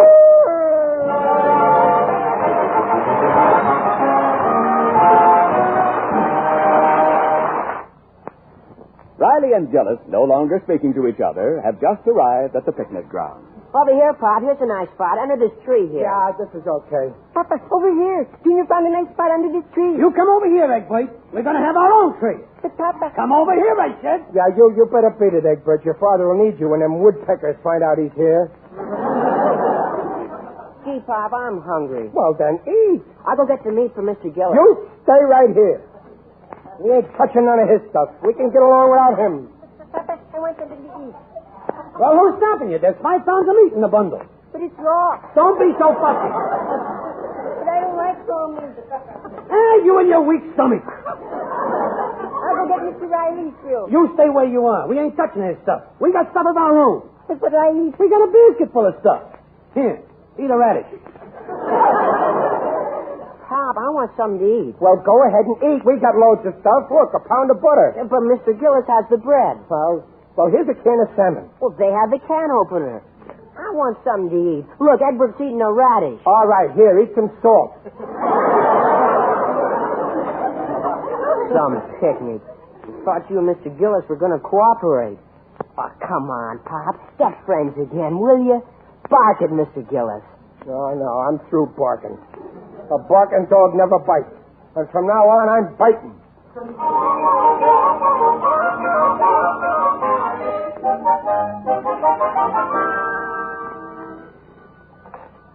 Hello?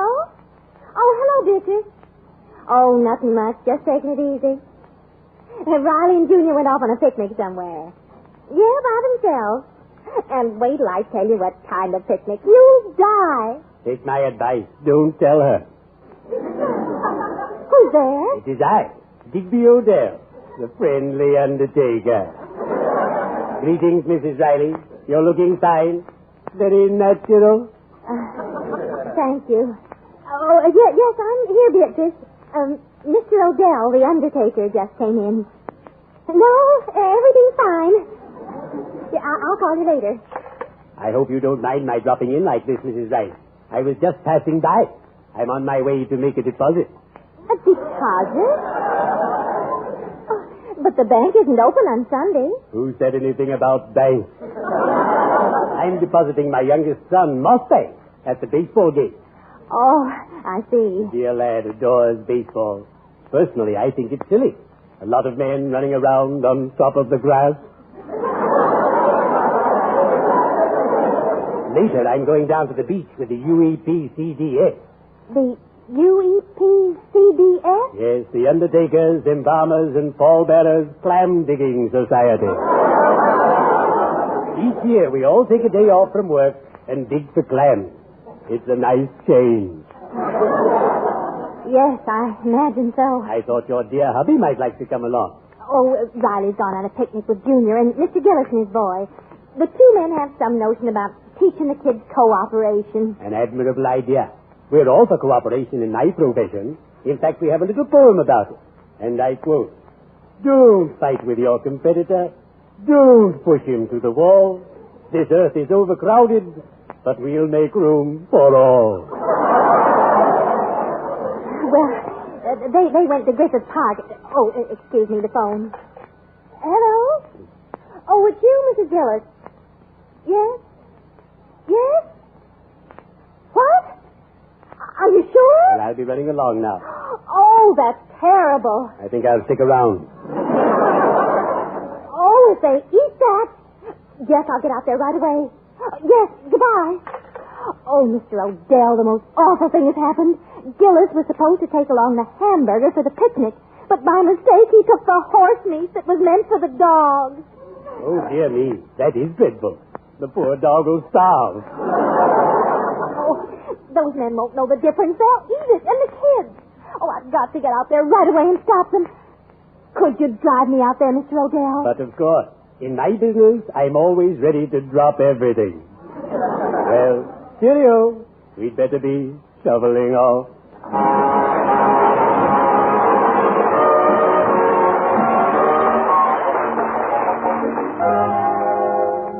Pop, I want to go home. I'm hungry. Okay, let's go. Take the box to the car. Just a minute, Riley. That car stays where it is. I ain't ready to go home yet. Well, I am, and I'm driving home. Not with my half of the car, you ain't. Gillis, I'm through talking.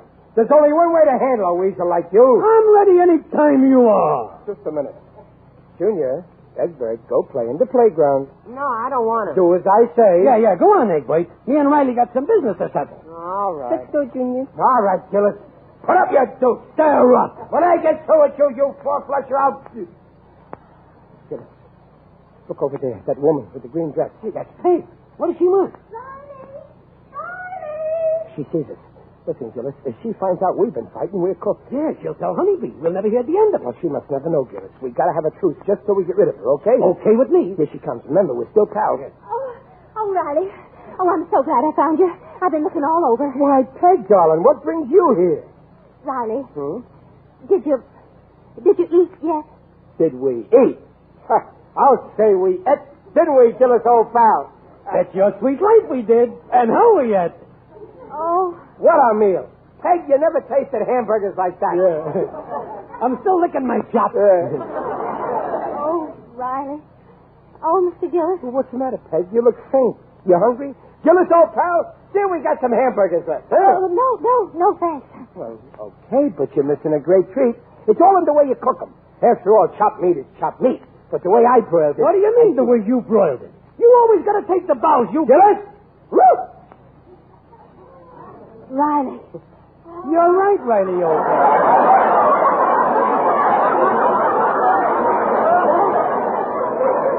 Riley, do you feel all right? Well, sure. I feel great. What's the matter with you, Peg? What did you come out here for, anyway? Yeah, why don't you mind your own business instead of coming here to... Now, just a minute. You can't talk to my wife that way. I heard enough out of you, blabbermouth. Riley? Oh, my heavens. You're right, Gillis, old pal. Why are you spying on us, Peg? What did you come here for? Well, I'm not spying. Well, you see, Well, it really doesn't matter now. It's too late. I think I'll go home. Well, Peg, as long as you're here... No, I better go. I feel a little upset, that's all. Well, but you sure you're okay, honey? Take a taxi. No, that's all right. I've got a lift home. She's gone. Now, where was she? You was calling me a four-flusher. Oh, yeah. Yeah. Put up your dukes, you four-flusher. There, right. You're asking for it, Riley, and you're going to get it. When I get through with you, it's no use barking at me, Riley. I ain't showing you no mercy. I told you to stop barking and throw it over. Gillis, that ain't my bark. It's another dog. Look. Oh, yeah. What a cute little puppy. Look, he's going for the basket. Oh, he must smell the meat. Why, he's hungry. Let's give him a little piece of meat. Yeah, he looks starved. I'll get it. Yeah. Here, doggy. Here's some nice ground sirloin for you. Gillis, this is just like old times. Here we was going to slug each other, and a little dog... You remember, old pal? I remember. Pal? Here's another little dog, a wirehead. Let's give him some meat, You. Fred, here you are, doggy. Hey, look, here comes a St. Bernard. Yeah. And here's a bulldog. Yeah, and a Dachshund. And a French poodle. Holy smoke, they're coming like rockets. Look, the meat's all gone. Yeah. Listen to them. Oh, they're saying goodbye to it. Goodbye, dogs. Goodbye. Au revoir. That's for the French poodle. Goodbye. I never seen so many dogs. Where'd they come from? That was no accident. Huh? They know us. Years ago, that little dog we gave the licorice to must have told his pups about us. And his pups told their pups. And today, I bet you the name of Riley and Gillis is a household word in every kennel. Riley, we can't let those dogs down again. We'll never fight. Gillis, let's shake on that. Shake. Hi, Pop. All your friends again. Is that swell, Papa? You bet we're friends. We sat down and talked it over like intelligent men, and we decided cooperation is the only thing. So let this be a lesson to you boys. Oh, but the dogs helped too, didn't they? Well, of course the dogs. What dogs? Well, the dogs we let out of the dog catcher's wagon over... You mean that... Those dogs You were... figured out? You got those dogs? Don't kill it. Oh, let this be a lesson to us. We got a couple of smart kids here. It's a wise son that knows his own father.